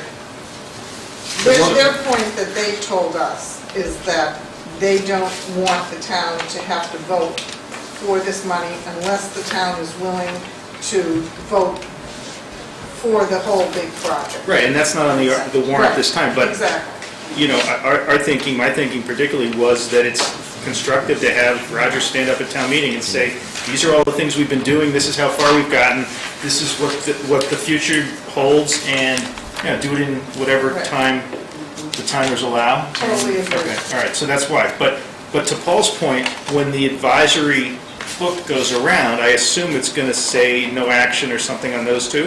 Well, it'll say whatever we vote, I guess. Understood, but if you decided that you didn't want to recommend spending money that even the proponent doesn't want to spend, it would just say no action. It will, and we will have a paragraph in there saying why we're recommending, Yeah, which okay. is what I just said. All right, so that, I think, Paul, that covers it.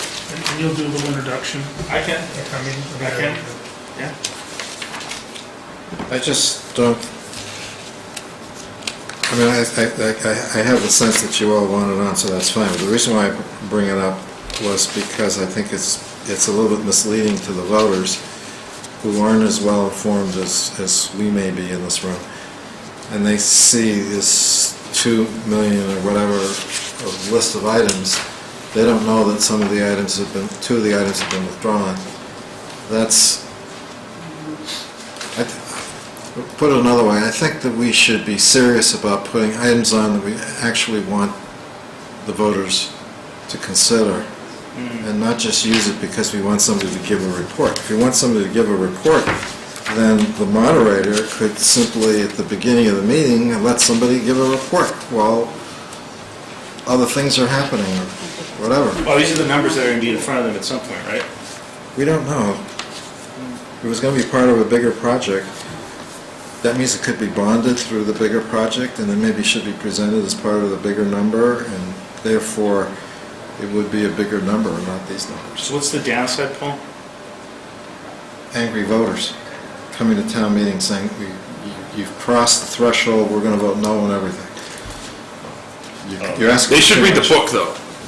They'll read the explanation on it by... The angry voters don't read the book. What? The angry Do they voters not? don't read the book. No, They don't read the book? Not the angry voters. I thought everybody read that book.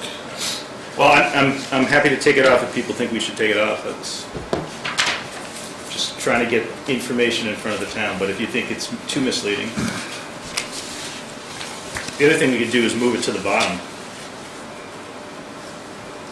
It also sends a signal that we're reviewing and pairing these and trying to decide on the timing. What if we did this? What if we took it off and just had a separate article that talked about to spend money? Don't even put a dollar figure in there. In other words, a request for money to do a well and site engineering, which is really what this initially was. And it still got plugged back into the capital item. I wonder if at some point when it comes up and we're actually asking for it, people are going to think, you've already asked for that 3 times, it got shut down. They'll forget why it got shut down. Yeah, Well, it's not going to go to a vote, is it? It's not, but 2 years later, they'll say, Roger did this a couple of years ago, and we said no. It's having come up and not being voted, not being approved. Yeah, I think it's the only way we get stuff passed around here, though, is to get stuff in front of town meeting over and over again. It's certainly timely with the affordable housing, all the discussions about 40B and the affordable housing forum last Wednesday? Week ago Wednesday? Yeah, Wednesday. But, can I say something? Yeah, I agree that it's misleading to put it in this list. yeah. But I think the concept that this engineering needs to be done has to be out there somehow. I was hoping he'd just do it. What's that? I was ready to, What if you, do it. I think he could have sold it. He might have been able to. what if you have it under reports? Yeah, I was going to say that. Under reports, I like that idea. Yeah, in Article 1. Have Roger give a report. Yeah. Article 1, so it comes out of there, so somebody want to run down and tell Jeannie to take it out of the, Yeah. what we're supposed to sign? That's a great idea. Yeah, it's good, David, excellent. What's that? Speaking That's what of, you... Oh, her phone's here. Give me that thing, let me sign it. David, her phone is here. David, you're calling Mary. Her phone is here. Hello? Want me to tell her? Okay, so what do we decide, sort of by consensus, to just delete 5A and B? Yeah, Only office. and put it in Article 1. We don't have to put it in Article 1. We're just going to have them do a report. It's already there.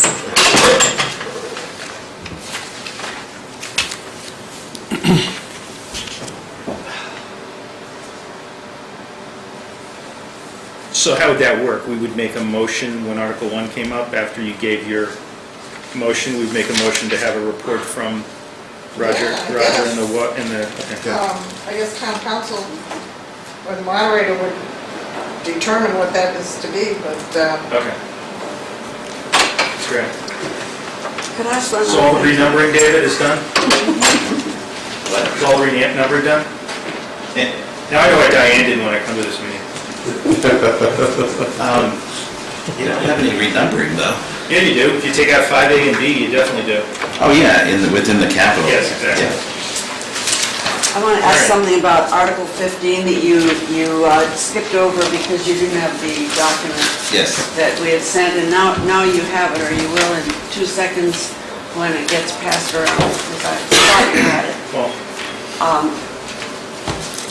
Planning board would like to have a chance to give a short report, much shorter than you see there. That's your handout for Article 15. But Has this changed? John presented this. well, John only presented the natural resources no, section, right? we've done 2 forums, and... No, I'm talking about at our meeting, Oh, at your meeting? Yeah, it was just a piece of this. It was just a piece of He it? only talked about a piece of it, but All we got was a piece of it that night. I'm pretty sure. We've talked generally about the shape of the whole thing in various forums. we got Betsy on that. But this is the background for Article 15. If we present something at town meeting, it'll be a very much truncated version of that. You know what you could also do at town meeting, maybe you already thought of this, is have poster boards in the hall outside as people walk in, have a whole display about the plans, so that when people are milling around ahead of time, or when they go out to the cafeteria to take a break, you've actually got a little display that they can look at. Oh, that's an interesting idea. In fact, when we first decided we needed to get this to town meeting, I was in favor of getting it in as a report. Right. Because, you know, the public isn't going to see this. We're going to try to present in a capsule form, but, I mean, how can they feel they can vote on this, not having seen the details? And there's no way we can present all the details, and some of the details aren't even done yet, so... But those boards like you had at the housing policy meeting a week or so ago, you know, a set of something like that covered all the topic areas, it would be very informational. It would be really a good idea. A series of posters on easels. Yeah, that idea. So there's not going to be any presentation of this on Saturday? There should be a presentation of Is this. Gino coming? Or is Pardon me? Is it Gino, or who's coming to do this? Oh, this Saturday? Yeah. It'll be Gino and one of the planning board members, probably Chris Owen, who's the only one who can come Saturday. Has this been distributed to the public in any way? No. What about posting it on the town's website? Yes, absolutely. We could. I think there is a link on our website. I don't know if it's To this document, or? I thought there was something. Yeah. On the So, town yeah. website, there is nothing that's exactly like this, no. There's not an outline of the whole general plan. There are the segments, the detailed segments that we talked about at the forums, but not this. We do have a short Hard to PowerPoint imagine we're gonna presentation we change can any do. of this, but I think I would like to hear the presentation on it. Yeah, that's fine. That's fine. I didn't hear that, Mark. Well, I said, I can't imagine I would want to change anything on this, but I would think I would like to hear the presentation on Saturday before I vote on it. It's an important document. Right.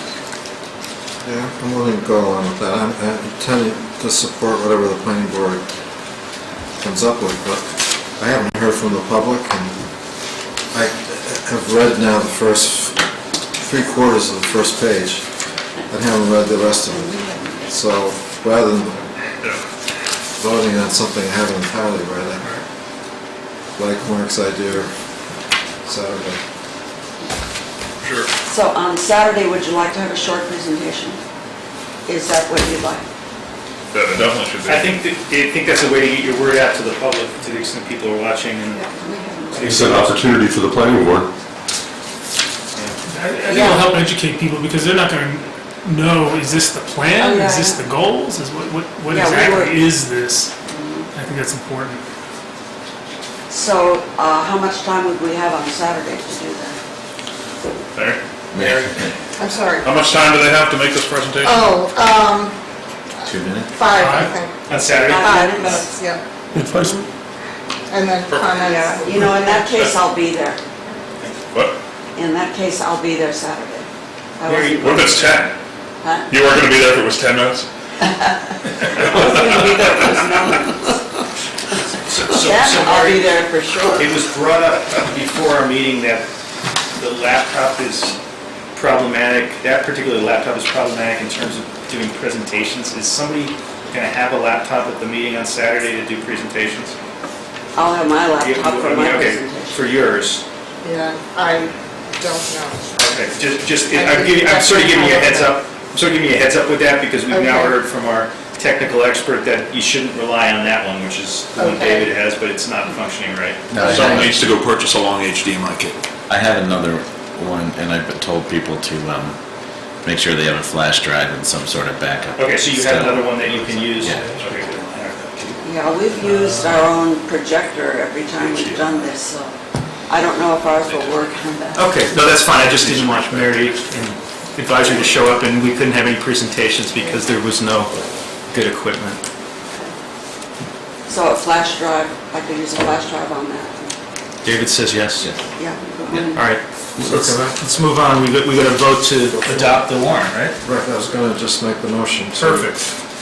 Move that we adopt and sign now. Okay, so motion to adopt and sign now. As amended. The warrant we've been discussing. With the 3 minutes you're discussing, you get a second? All in favor of that? Great, good. All right, accomplished something. Town administrator report.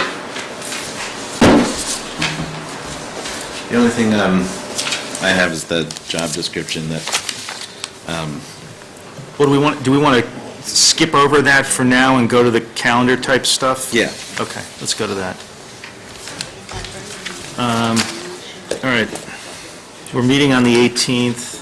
I'm not sure after that when our next meeting is.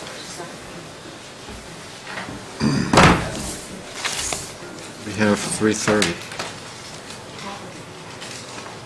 Yeah, I mean, I'd prefer not to meet on the 30th. I'd prefer to meet on the 29th if we can, but Let me see.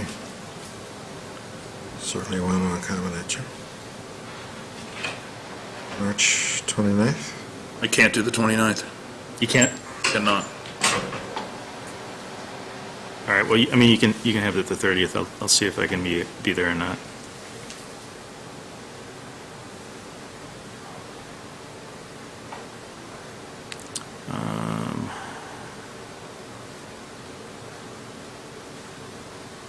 Are we going to do an April meeting? Well, when do we plan to sign the ballot questions? I think that would have to be our next meeting, wouldn't it? Unless they're not ready. So that would be the 30th? Are they going to be ready by then, David? The 30th? Yeah, Yeah, the ballot questions. yeah. Okay. They're just, yeah. Okay. So did you say you could do the 30th? I'll come to the 30th if I can, but if we can't change it to the 29th, it doesn't make sense, and it sounds like we can't, so that's fine. You have to get them in by April 4th. Yeah, so the 30th is fine.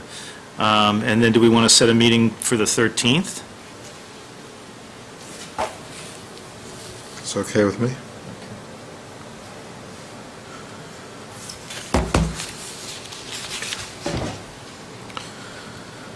That's when I'll be digging holes in the backyard looking for gold to pay for my taxes. Not if I get there first. Yeah, and we want to see your tax return too.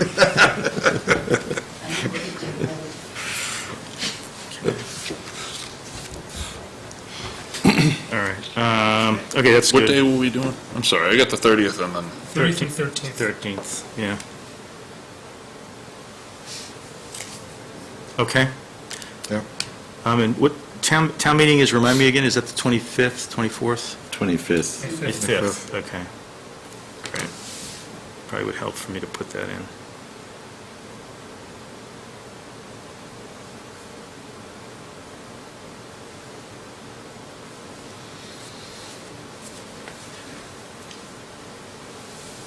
And that's at 6 o'clock, right? Okay. What's next?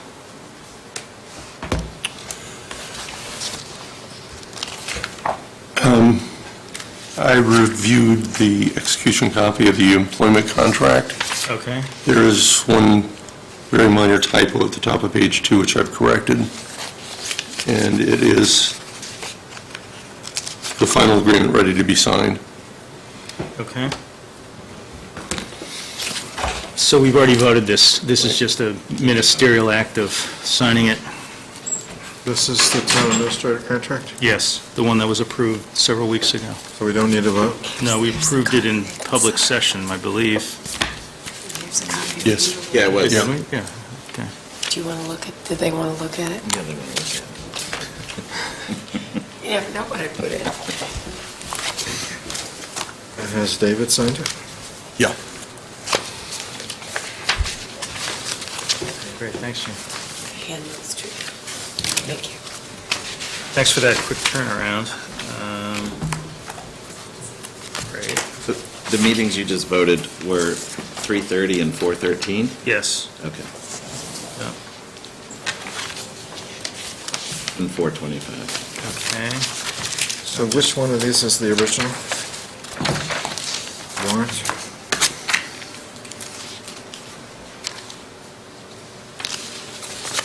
I don't know. Do we have one that's on pretty paper as the original, or it doesn't really matter, right? It doesn't matter. It doesn't, no. David has an original. That's just for you guys to look at. Well, that's what he just asked. Sorry. Sorry, I have that. Yeah, I just made copies so you could make sure I did the right correction. And I'm sorry, we decided the 30th of Yes. March, not the Yep. 29th, right? Sorry. Yeah, Gene, it looked really good. Thank you.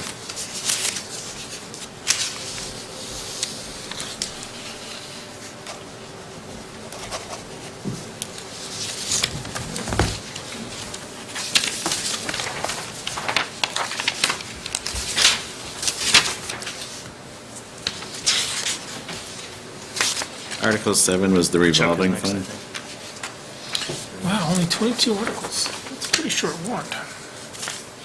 Yeah. It is. Well, we're not trying to make a lot of changes this year, you know? The next time you guys wear the same sport coat, we can not sit next to each other. Oh, look at that, same shirt and sport coat, almost the same, yeah. look Yeah, at it's that. very confusing. What, you guys forgot your uniforms today, or? And Sean and I would like to know when it's the dark blue shirt night. All right. Do we have anything else? Yeah, we're gonna start talking about the CM&D description as soon as folks are done.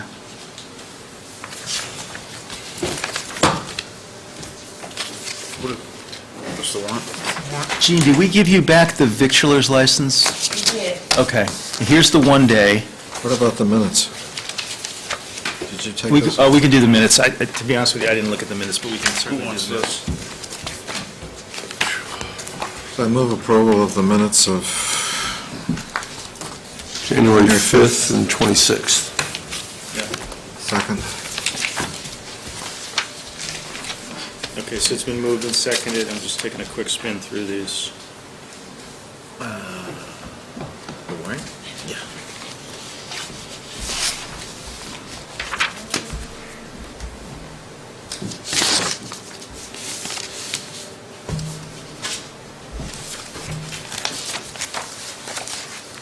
Yep, okay. So it looks Anybody like else? you'd be able to have your hearing after all on Saturday, because We got a motion in a second? you're actually going to be able to have your hearing on Saturday, because we're going to sign the warrant. I'm so excited. Does anybody have any more comments on these minutes? Paul, did you have any edits to them or anything? I did, but I gave them to Diane, and I hope that she made them. Jeannie, do you know if Diane made the edits that I did? I don't know. These are the These were done minutes. before, yes. I No? just made the copies that were in the packet. So I don't know. Oh, We no, didn't touch them. I left her a whole set of minutes, So just, this has prompted my memory on this. because there were votes where there was one that was 5-1. And I was wondering who the sixth selectman was on that, so I made a series of, Oh, yeah, the 5-1 approval is interesting. I have to look for it. And that's still in here. Still It's in still in there? here, it's at the top of page 3. Oh, yeah, no, I have rewritten these minutes. Okay. Well, then we want to hold off then until the next meeting if Yeah. something get in. But this did, Was it only the January 26th, Paul? Because I read the The other one January looked okay. 5th fairly carefully, and it looked pretty yeah, so good. let's move to adopt the 5th, so we can at least get that out of here. Or do you remember, Paul, if you... I don't. I left, Let's, I made a special I was going to say, trip. there are no other 5-to-1s in here.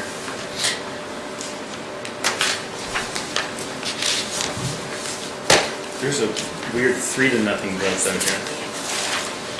Yeah, people were recusing themselves. no, that's On the correct. library roof, that was... Yeah, both Mark and I recused ourselves Recused, because gotcha, okay, fine. our Libby Yeah. and Stacy are on the committee. One thing, going back to the beginning of the meeting, one thing I noticed here about the registrar of voters, it was 2 Republican registrars who needed to be replaced. It was not a Republican and Democrat. We Right. just appointed a Republican registrar tonight. We had appointed 2 temporarily before, so whose seat is it who's not being reappointed? No, we had 0 Republicans as of Those 2 hours ago. They run out April 1st. Yeah, those are only temporary appointments. I understand, but they both agreed to do it temporarily. Yeah, but they didn't agree to apply, so that, So we only have 1 now as of April 1st. Right. Okay, that was my question before, thank you. so there still is a spot for a Republican to show up and apply Right. for being a registrar, because we have, required by statute, to have 2 Democrats, 2 Republicans.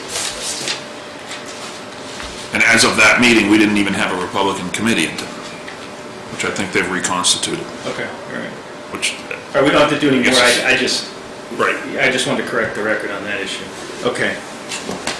I'd rather hold on the minutes, So so we're going to that, hold on the minutes. Okay, great. So now all we have to do then is the consideration of the revised CMD Director job description and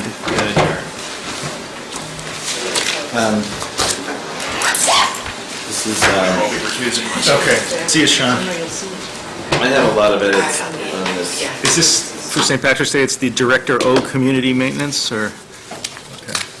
Yeah, I have a lot of edits. It's supposed to be of. And this wouldn't be in the final form of Okay. the actual job description, but just combining the duty, adding the duties of a building or a facilities manager. yeah, here's my problem. You have like 2 different documents that aren't really melded together, because the first page and top paragraph, Doesn't include facilities. and then you have this thing called Facilities Supervisor's Responsibilities that's Right. tagged in at the back. So to integrate them, I thought in the 4th paragraph, where it says supervises all personnel assigned to community maintenance, I guess assigned to the Community Maintenance Development Department, along with Land Management Department, I would add the Highway Department and Town Buildings Department.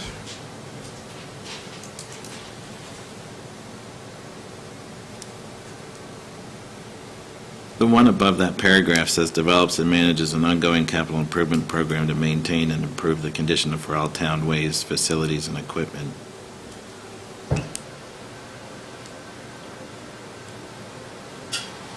Does that include buildings? Yeah, it should say buildings and facilities. I think maybe the word facilities is... And can we change the title from facilities supervisor, because that sounds like it might be a janitor, to facilities manager? Manager, I liked. That's a great suggestion. I had a quick question. It's, in the 3rd line, we're talking about town-owned buildings. I'm not aware, probably just ignorant of whether or not we lease any buildings, but there's certainly the potential in the future that we do lease a building. We do lease, okay. The community center. We lease that out. That's still yeah. town-owned. Yeah. We'd lease. So is CM&D going to be responsible for the community center? The lease says that the nonprofit to whom we lease the... I think we're the lessee, not the lessor. We're the No, we're the ground lessor. We're the ground lessee and the lessor of the building. We own that building. Right, so we're the lessor leasing it to the, Right. We're the lessor, yes. So what Paul's saying is if we own the building, right? we got to make sure that that doesn't come in as part of their duties. Yeah, that's a good point. I'm also concerned in the future that I want this position to be responsible for We're the maintenance of lessee. town leased buildings where we're the lessee.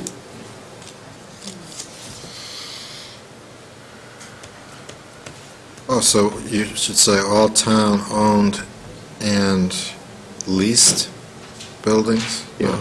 All town buildings owned by the town or leased for use by the town. Right, unless unless otherwise provided by The Board of by the lease- Selectmen. By the lease or something, because that would also describe the community center, because it is a building owned by the town, but it's leased out. How would you word that again? I don't know, I'm not sure we're going to be able to edit this on the fly, David. I think of all buildings owned or leased by the town. What if we just said all town buildings and just left it at that? Yeah, why does it have to be owned? I think that's, Yeah, This is a job description, Right, it's not a deed right. or anything, it's yeah, just... good point. Yeah, but you got three lawyers here who Yeah. love looking at deeds. I'm getting paid by the hour here, so.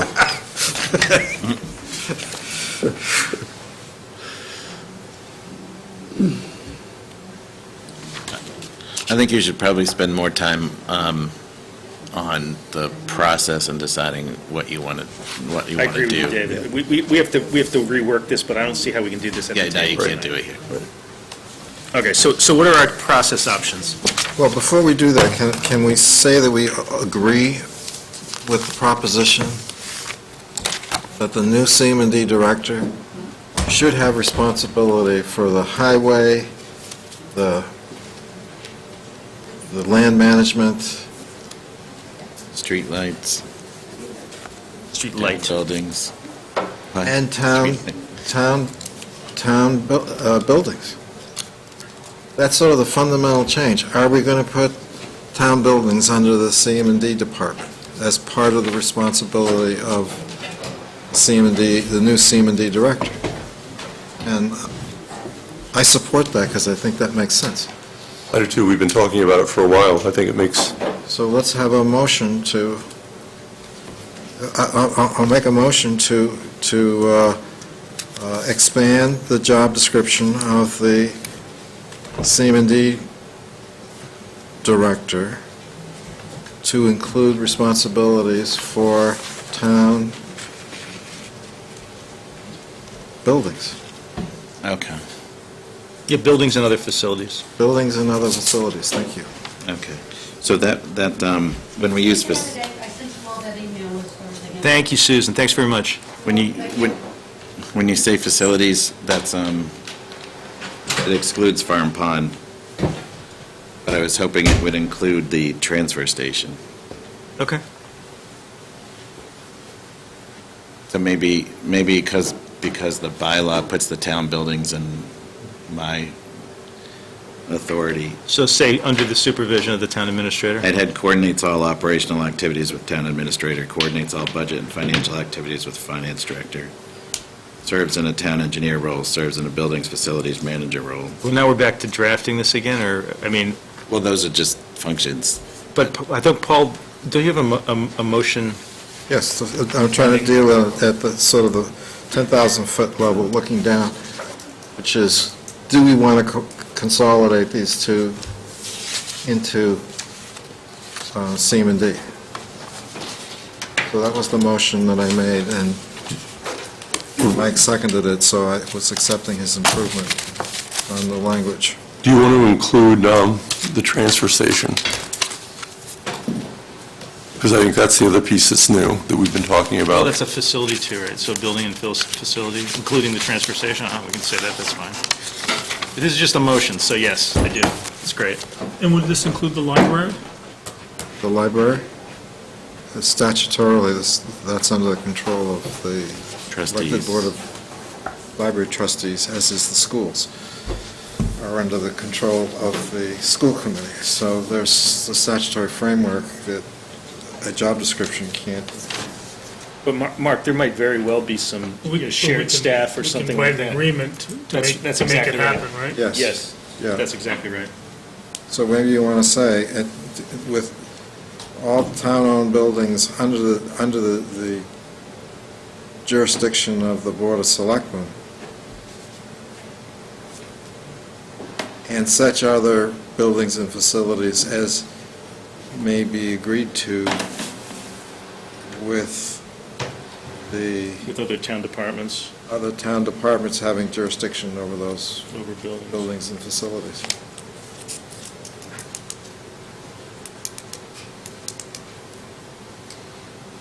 Because that would be the recreation department also, right? Right. The cemetery department also. Yeah, if they wanted to have DPW take responsibility for it, then we do an agreement with them. Yeah, this is a way to get a lot of things under one umbrella that are basically the same kinds of functions that we now have either spread to the winds or contracted out or whatever. Yeah. But it leaves it voluntarily with, so if the library trustees don't want to, we're not forcing them to it. And if the schools want to, that's great, but we can't force them to do that. But we want a DPW superintendent who has the ability to mow a field and get it done, or to trim the bushes in front of the library and get it done. Okay. Anything else? You want to change the title to Director of Public Works? I think this is embedded in a bylaw that we won't be able to change without an article. That comes next year. I notice you've already started referring to the DPW. I like it. I just hope we can sell our DPW for as much as Wellesley did when they sold their. I know we also, The Harvard Pilgrim Building is where the old Wellesley DPW garage was. we had some documents that we referred to it as Public Works, and the union got upset about that too, because all their contract is community maintenance and development. It's okay. So can we We vote could on? define public works as community maintenance and development in the bylaw and solve that completely, so. So can we vote on the Yeah, motion? all in favor of the motion. Great motion. Great. Great idea. It's good. We did two things tonight. What was the first? What did we sign the warrant? You issued the warrant. We single-handedly reopened C&L Frosties, which should be great for your campaign, Paul, because Oh, yes. And they're keeping the same ice cream. I think you gentlemen should take credit for that. anything further, any further business do we need to do? David? No. All right, thank you. We'll see you all on Saturday. Just before we adjourn, is there anything we need to do to get ready for tomorrow, for Saturday? Yeah. I'd like to know what presentations you want to see. For our stuff? Yeah, I mean, we have the capital presentations. I don't know of any other article The chief will be presentation. here for the police. Yeah. Fire chief will be here, or somebody will be here from the fire department. CM&D, police, fire. You mean Public Works? What, Aaron be here Public for the Works. fire department? Who's going to be here for fire? No, actually, Aaron leaves tomorrow. So it's So going to it'd be be Neil? Neil? Yeah, it'd be Neil. Did Aaron got to do the kinds of things he wanted to do while he was up here? And what Yeah, it's been that you great. wanted? Okay, good. Yeah, he, and it was good to be in a storm. He was over at the police department and saw how, How they that works. handled it operationally. He's met with officers, met with the ambulance people. He met with Neil this week. Yeah, it's been productive. So it'll be a smoother transition when he shows up Very, for yeah. for full-time. Yeah, very smooth. He has a good read on everything, and It's a great. good start. It's really good. So we'll have somebody there from the personnel board. I'm just going through this. Yeah, I was doing We'll the have the same two thing. chiefs. We'll have Ed or somebody from CM&D. Dave? Yes. Ed, okay. And Nancy Hess is going to be there to talk about our article?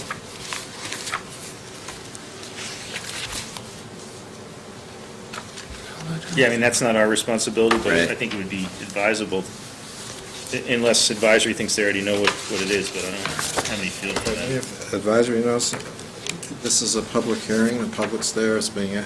Right, and we don't know. We haven't really completely gone through that, so. Is Frank Hess going to be presenting the Pine Hill improvements? Or somebody. Yeah, I don't think he's on the school committee anymore. I thought he was still kind of leading the...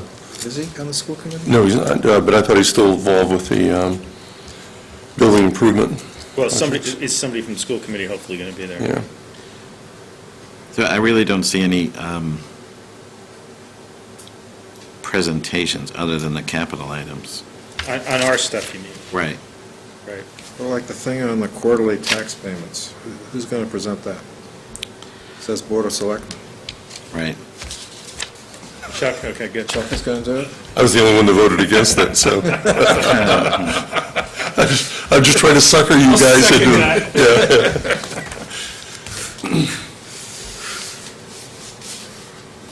That was at the request of the advisory committee, so hopefully they'll have a proponent on the advisory committee who'll explain what good things it's going to do for the town, because I think there's a number of people who don't think it's going to really make any difference. And what time are we starting on Saturday? I've got it at 8. Now, I think that may be wrong. Yeah, 8. 8, okay. I have it down for 11 o'clock. I don't want to be late. Isn't it 11? It's 11 the night before, Paul. Okay, do we have a motion to adjourn? So moved.